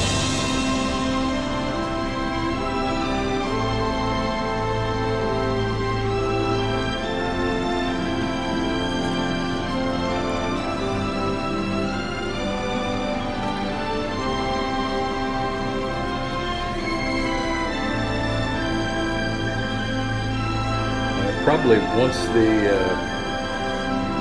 the painting is done, I'll probably go back in a day or so and make some additions, corrections, maybe beef up some values. But for that, we wouldn't have to have the model here, and that's another reason for those for the pictures that we took. Softening that edge back there too. I like that. That's nice. Okay, so I got to put some cool highlights for hair as well. I'm going to do that with some thick paint, or thicker. But since her hair is dark, for the most part, those are not as light as the highlights on her face.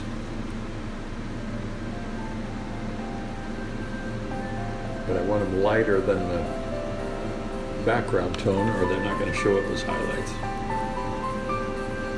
And I'm going to do that with a soft edge too.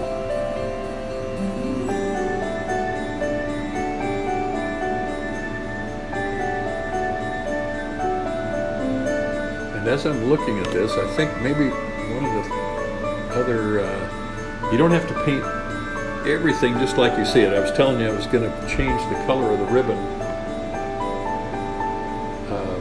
I may just make it like a very simple rubber band there. Otherwise, I'm afraid it's going to draw attention away from her face. So I'll give that some thought, a consideration anyway. I think that needs to be a little lighter there. Oh, that was nice.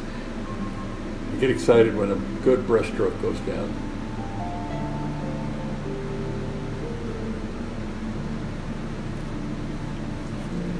Those highlights really give us a sense of the form, I think. Okay, so I'm going to switch down here, and I am going to make that just a very simple band, I think, there.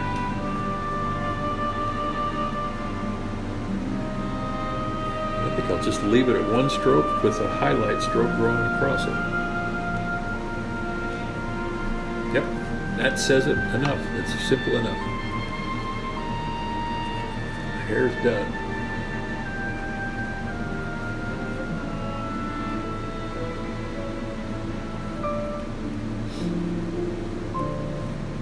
I may, in the kind of post-production and stuff, I may add a little bit of detail into the blouse. Right now, the value of the blouse and the value of her skin is awful close, so I probably should lighten this one up, I think.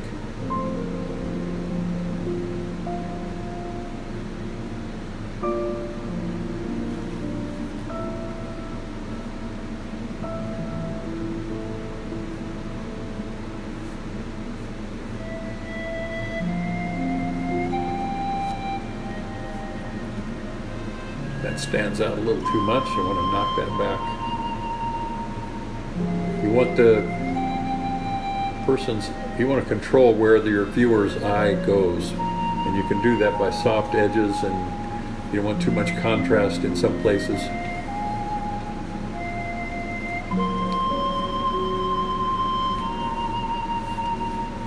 Okay, before I shift to the smaller brush, I am going to add a few darks here at the corner of her mouth. As long as you can keep from going to the small brush, it will be helpful. And just adding that dark really helped establish that form of the lips that is somewhat cylindrical.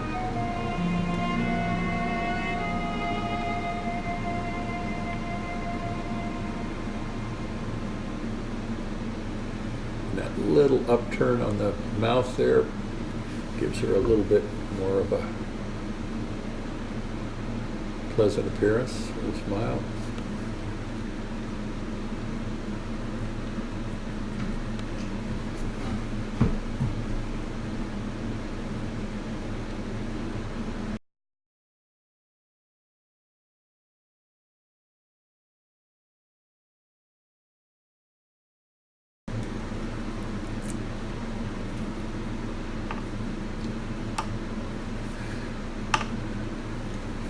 I'm going to move the upper lip to change that shape just a little bit. Readjust that. That's better.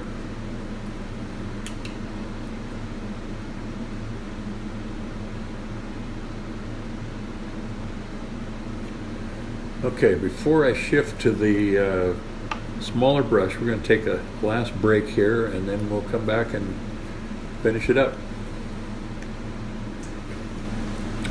Okay, we're getting into the home stretch here. So I'm mixing some ultramarine blue and burnt umber to get that kind of close to black. And I'm going to use this as a mahl stick. It's called MAHL. Artists, you can use a dowel or a broomstick. Some I've seen have used a cane before, and the cane's kind of nice because it hooks around the top.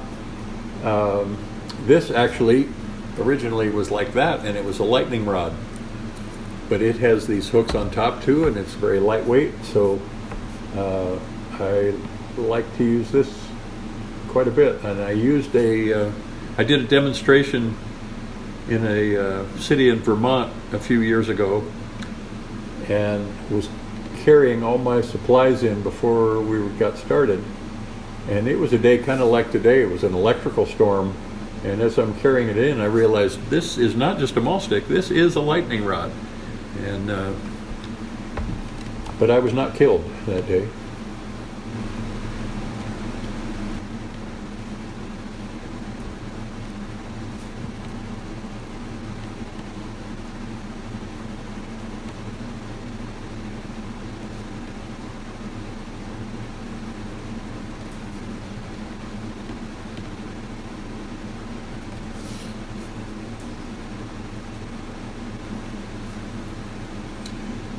Now when you're painting the mouth, it's really good not to paint individual teeth.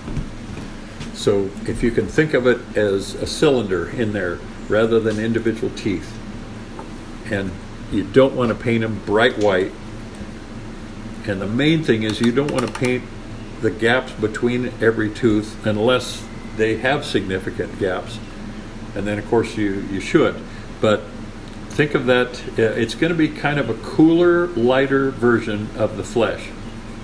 So I'm mixing some of the blues with the lighter flesh tones, and the teeth are never white anyway. They are actually kind of blue-gray or warm colored, but they will catch highlights, and that's where you can make them look like teeth. So I'm going to paint this all, again, kind of as a cylinder. They get lighter as they get towards the light, darker as they drop away. So I want to make them start getting a little darker here. And already that doesn't look bad, but I'm going to throw in one highlight, and that will help define one of her front teeth, I think. And to catch that, I am going to use titanium white. but it's not going to be pure white. I'm mixing it a little bit, so it'll just be lighter. And if I can do it with one stroke, that would be good. And I did it in 3 strokes and not very well, so I'm going to soften that a little bit. It looks like I probably did it a little too bright. That's better. Okay, now I'm looking for highlights kind of everywhere. So there's a nice highlight on the leading edge of her lower lip, but people often have a tendency to make their highlights too light, and that is a perfect example. That's too light there. That will make in this case, make the lips look like they've got a real gloss on them, and I want them to look natural.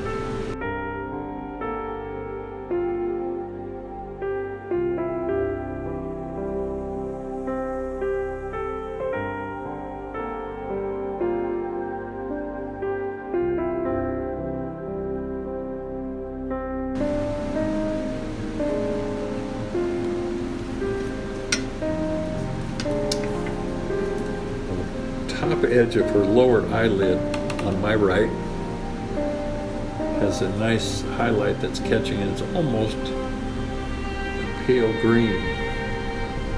I'll be careful not to make it too light again, but using a ball stick.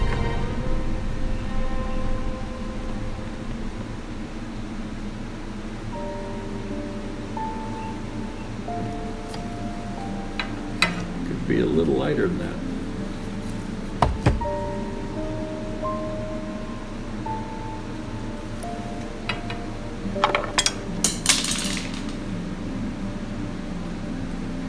Now I want to put in that highlight on her cheek, which is pretty light and pretty warm. Sometimes the highlights are surprisingly cool. That one looks pretty warm though. See if I can do it without doing it too light.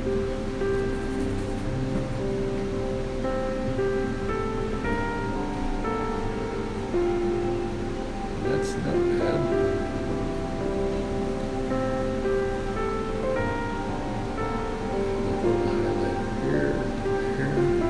There's right at the edge of her eyebrow where it's catching that cool light from outside. That is kind of violet too, so add that. Without it, it looks like a vacancy there, kind of.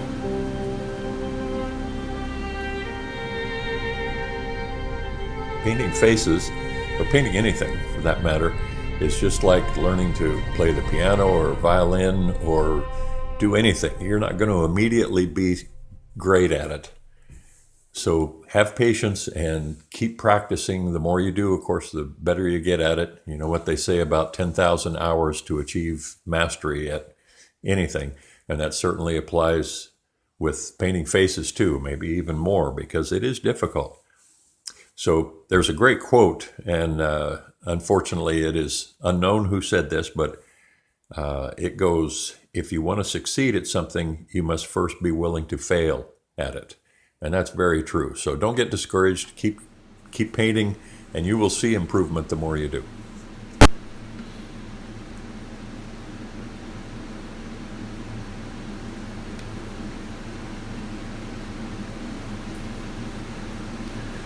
And a nice highlight on the front edge of her nose.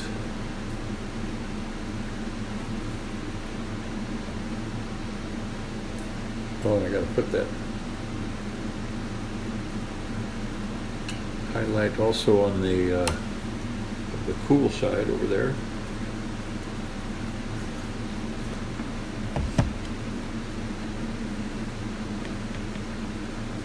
Just catching that little bit of light on the tip of her nose.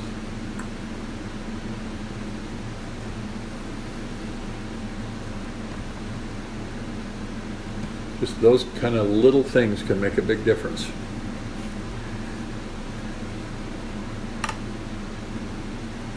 And then there's one at the bridge of her nose.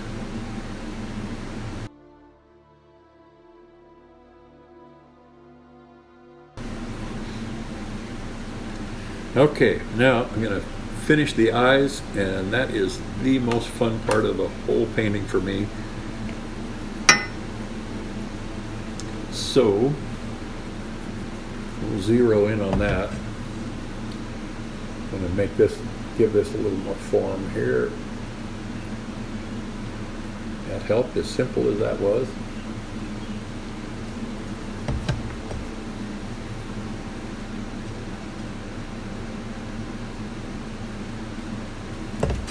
Okay, now the whites of the eyes are never white either.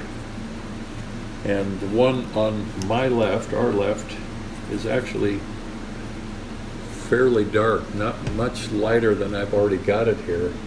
And I don't want to make it too blue. It's, again, you can think of it as a cooler version of the flesh tones.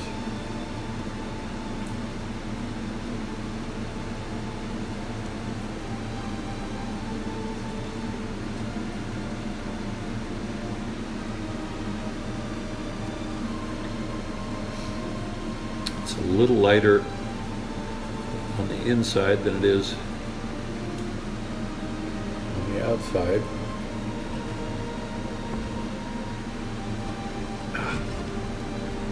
Just a little slip with my mole stick there. I'll have to adjust that.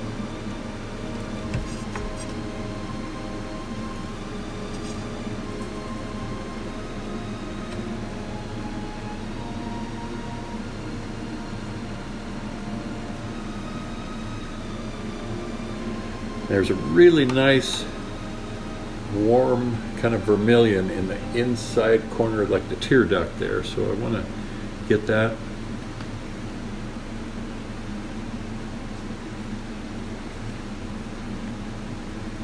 That little bit of color, I think, can really add some life.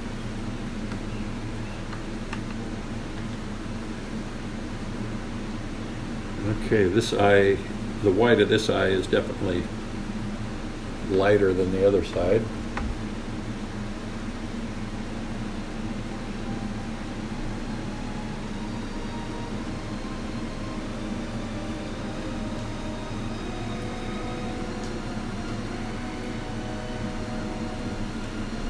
And you don't really need hard edges where the white of the eye stops. On the white of the eye on the other side is pretty much in the shadow of the upper eyelid, so that's going to be really subtle. And I think, looking closer again, I think I've got that eyelid a little low, so I'm going to push that up.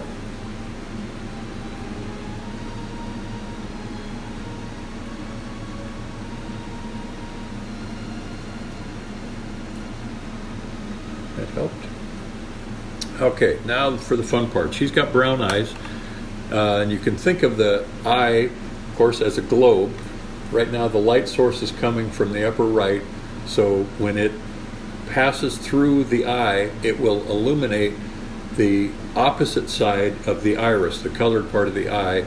So you'll see her eyes are pretty dark, so it's very subtle, but I'm going to accentuate that a little bit here. And it also, by doing that, kind of helps indicate where the pupil of the eye is.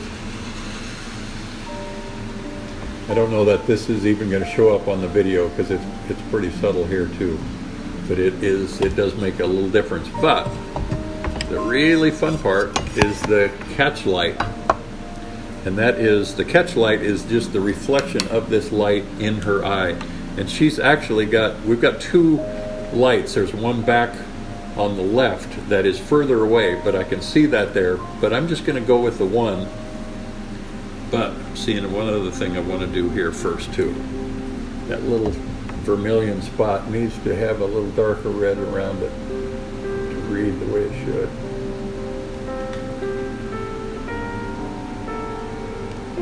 That's better. Put a little of that in the other eye.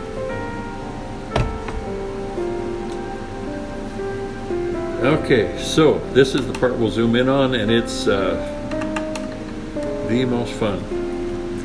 It's not pure white. I'm going to titanium white and some of that light blue that we had for the blouse. And I want enough paint on this that it's effective. I want to load the brush enough. You got to be really careful and place it just in the right spot.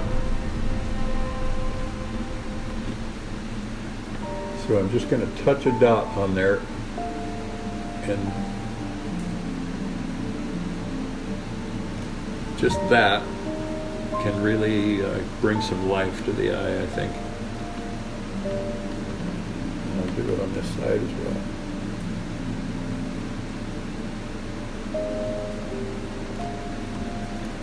That one I think is better than the one on the other side. I'm going to knock that back just a little bit on the left side.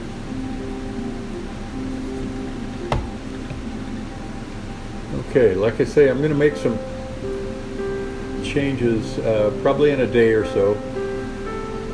Some additions, partially based on that photo that I took earlier, or another one that I'm about to take, so I can double check some things. I'm not happy quite yet with the shape of her nose, so I can make those adjustments. But in general, it's done enough that I'm going to sign it. Nope, I do want to soften this a little up here.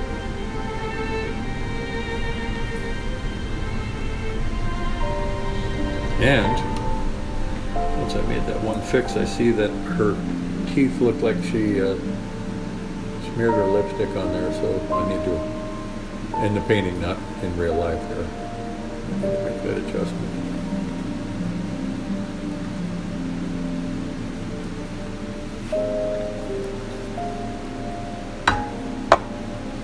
Okay, and when you, at least in my opinion, when you sign your paintings, a whisper is better than a shout, so you don't need to sign them too big. People, if they're interested, are going to come up and read it. And so you don't need to overstate it.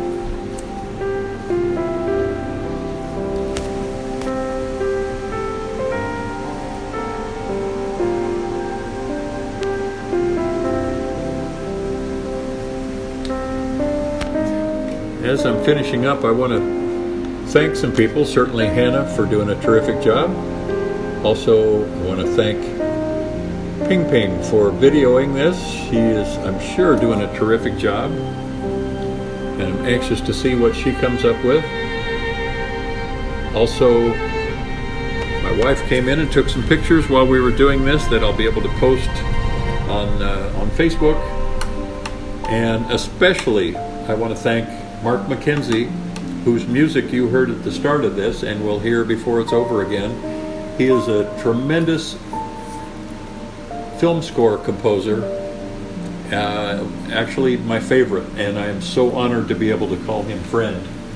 And so check out his website as well as mine, and it will be listed on the end credits. So thank you, Mark. Thank you, Hannah. Thank you, Ping Ping. And I hope this has been helpful to any of you. If you have questions, check out my website and send me an email, and I will help you if I can. Thank you. Wait. I'll be right back.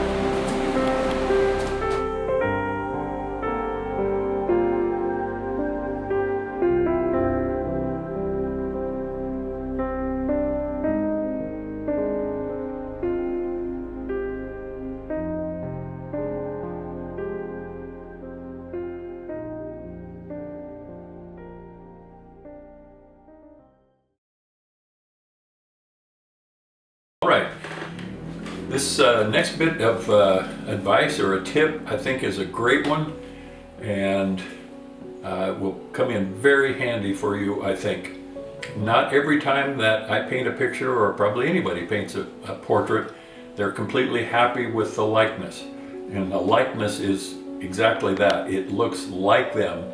It's not intended to be a photograph, so it should be a likeness. But if your likeness that you get is not as good as you want, then this is a terrific tip to help you make some adjustments. Of course, some things are going to be probably easy to see, that, you know, maybe the face is too long or one eye's higher than the other or something like that. But with the painting that I did, I was not happy with it in terms of the likeness.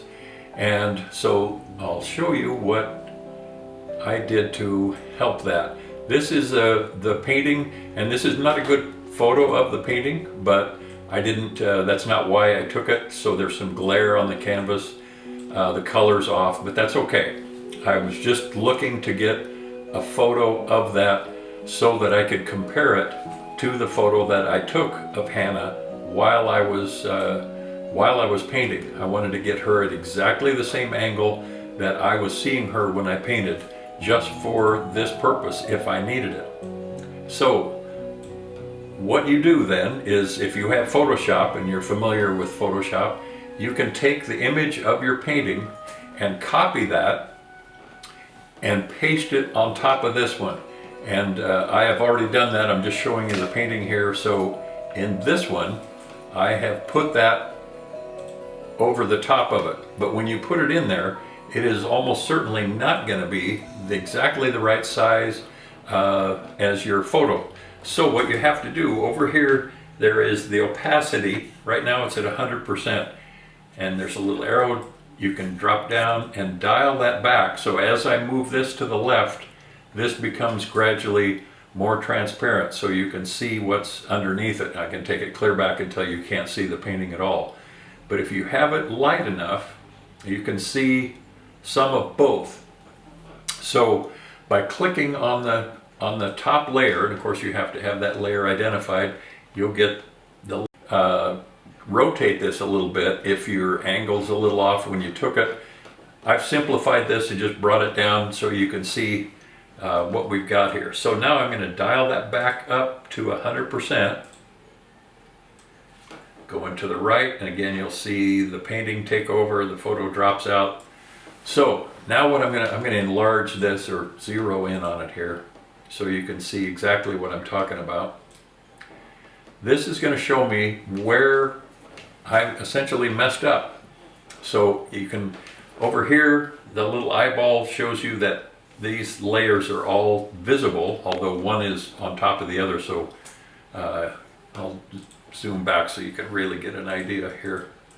You can see this is the photo of her, this inset essentially is the painting. Okay.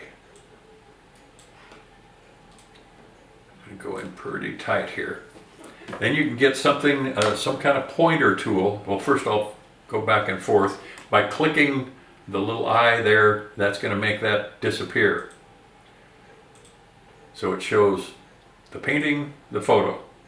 And I've got them lined up, so this is going to tell me what I did wrong. So, for example, this highlight on her nose, I'm going to point at this when that one's up and click, and I can see that the highlight's over here. So I'll make a note that I need to move the tip of her nose to the right.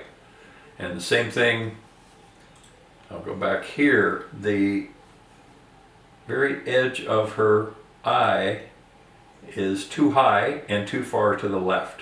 So make a note of that. The inside part of her eye, you can see it's off. So I need to move it up and a little to the left. And this one, I need to move that to the left. The highlight on her forehead, let's see how close I got there. Way off. So I'll say in my notes, for instance, I'll go back here. I will say that the edge where that highlight on her forehead meets her hairline should be the right side of where this is instead of over here. So I need to move it that much.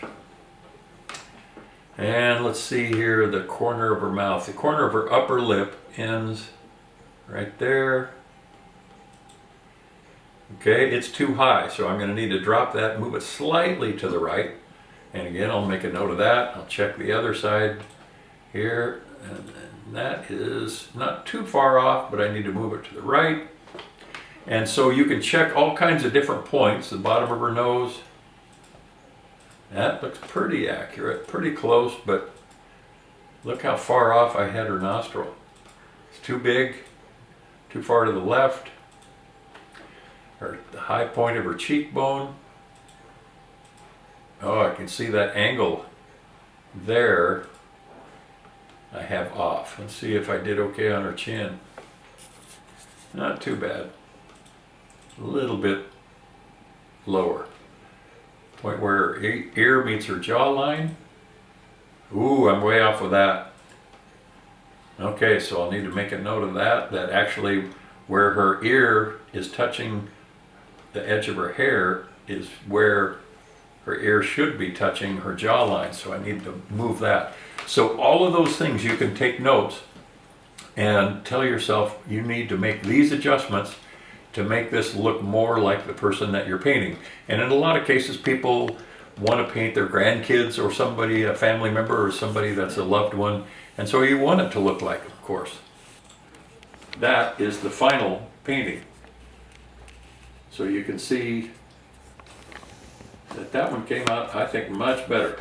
It's a better likeness of Hannah. It's a better painting. So I hope the video has been helpful, and especially this little hint also will help you to become a better painter and be able to make those adjustments so you can have a better likeness as well. I've enjoyed it.